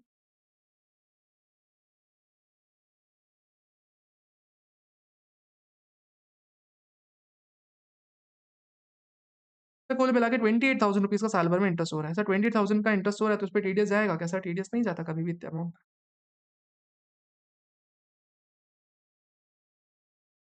Mister Sharma is an employee of ABC limited since 10/4/2021। Resign कर गया 31 मार्च 2025 को। सर कितने टाइम में रिजाइन कर गया? सर 5 साल से कम में रिजाइन हो गया, 5 साल से कम में।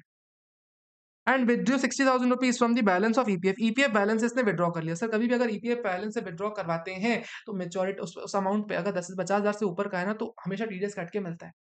कभी भी ईपीएफ से विड्रॉ करते हो 50,000 से ऊपर विड्रॉ करोगे आपका 10% टीडीएस कटेगा। लेकिन सर अगर ईपीएफ का मनी एग्जेम्प्ट है तो टीडीएस नहीं कटता, और एग्जेम्प्ट 3 केसेस में होती थी। सर अगर कभी भी आप आपके एम्प्लॉयर के दो आपका बिजनेस बंद हो जाता है, एम्प्लॉयर का बिजनेस बंद हो जाता है तो उस केस में आप विड्रॉ करते हो तो टीडीएस नहीं कटता।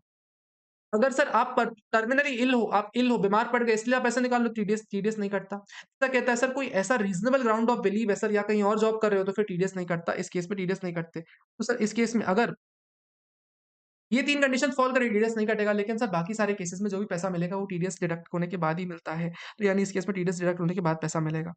लास्ट कहता है sir LL limited leave travel concession पे करे अपनी एम्प्लॉइज को। सर लीव ट्रैवल कंसेशन अगर आपको याद हो, कभी भी अगर कंपनी लीव ट्रैवल कंसेशन देती है तो सामने वाले के हाथ में एग्जेम्प्ट होता है। कितना एग्जेम्प्ट होता है? सर अगर कोई भी फ्लाइट से जा रहा है तो फ्लाइट टिकट के बराबर, सर अगर कोई ट्रेन से आ रहा है ट्रेन टिकट के बराबर, बस से जा रहा है बस टिकट के बराबर, अगर बस भी नहीं जाती तो सर उस जगह पे जो ट्रेन जाती है ट्रेन के भाड़े के बराबर इतना अमाउंट एग्जेम्प्ट हो जाता था। ओल्ड रिजीम में सब चलता है, न्यू रिजीम में सब हट गया, सब एग्जेम्प्ट होता था। लेकिन सर एग्जेम्पशन देने के लिए एम्प्लॉयर को सर प्रूफ चाहिए होता है। प्रूफ देगा कि मैं घूमने गया था, एम्प्लॉयी ऐसा प्रूफ देगा कि देखो देखो यहाँ-यहाँ घूमने गया था, फ्लाइट टिकट दिखाएगा, ये सब चीज़ें प्रूफ देगा, तभी जाके एम्प्लॉयर इस एग्जम्पशन को कंसीडर करेगा और उस इनकम को एग्जाम करके टीडीएस काटेगा। Based on the self declaration given by the employee. Sir जो एग्जम्पशन है ना एलएल लिमिटेड ने खुद से कंसीडर कर ली। एल जो कंपनी है ना, कंपनी ने एम्प्लॉयर के सिर्फ एम्प्लॉय के डिक्लेरेशन के बेसिस पे एग्जम्पशन दे दी। डिक्लेरेशन के बेसिस पे एग्जम्पशन थोड़ी दी जाती है। फिर उसने बोला कि मैं ऑप्ट आउट कॉल कर रहा हूँ डिफॉल्ट टैक्स रेजिम से। एम्प्लॉय ने बोल दिया डिफॉल्ट टैक्स रेजिम से बाहर जा रहा हूँ, यानी ओल्ड रेजिम में जा रहा हूँ। सर इतना बस बोला। प्रोसेसिंग ऑफिसर ने कहा कंपनी तुमको तो कम से कम जेन्युइन प्रूफ करना चाहिए था, प्रूफ लेना चाहिए था कि सही में एक्चुअली वो घूमने गया है कि नहीं गया है। तुमने बिना प्रूफ चेक किए अगर उसका टीडीएस नहीं काटा तो तुमने गलती की। तो क्या असेसिंग ऑफिसर सही है? Right answer is assessing officer is correct in this sense. Assessing officer is correct. Company को कभी भी अगर डिडक्शन देना है ना, या एग्जेम्पशन देनी है या फिर लॉस अलाउ करवाना है सर, इसके लिए प्रूफ लगता है हमेशा। कंपनी बिना प्रूफ लिए कभी भी लॉसेस डिडक्शंस एग्जेम्पशंस नहीं दे सकती। इस केस में एसएससी गलत है, गलत है, गलत है। तो the exemption on the basis of mere declaration is bad in law, therefore assessing officer का intention correct in law. This was all about your TDS. I hope you really enjoyed this session. बहुत ही productive way में हमने बहुत कम time में सारे के सारे question solve कर लिए टीडीएस के। I hope this added some value to you. आपको अच्छा लगा होगा। कमेंट डाउन कि आपको अगला वीडियो किस टॉपिक पे चाहिए। I will be more than happy to make videos on those topics. तब तक के लिए bye bye, take care and enjoy study. मिलते हैं किसी अगले वीडियो में।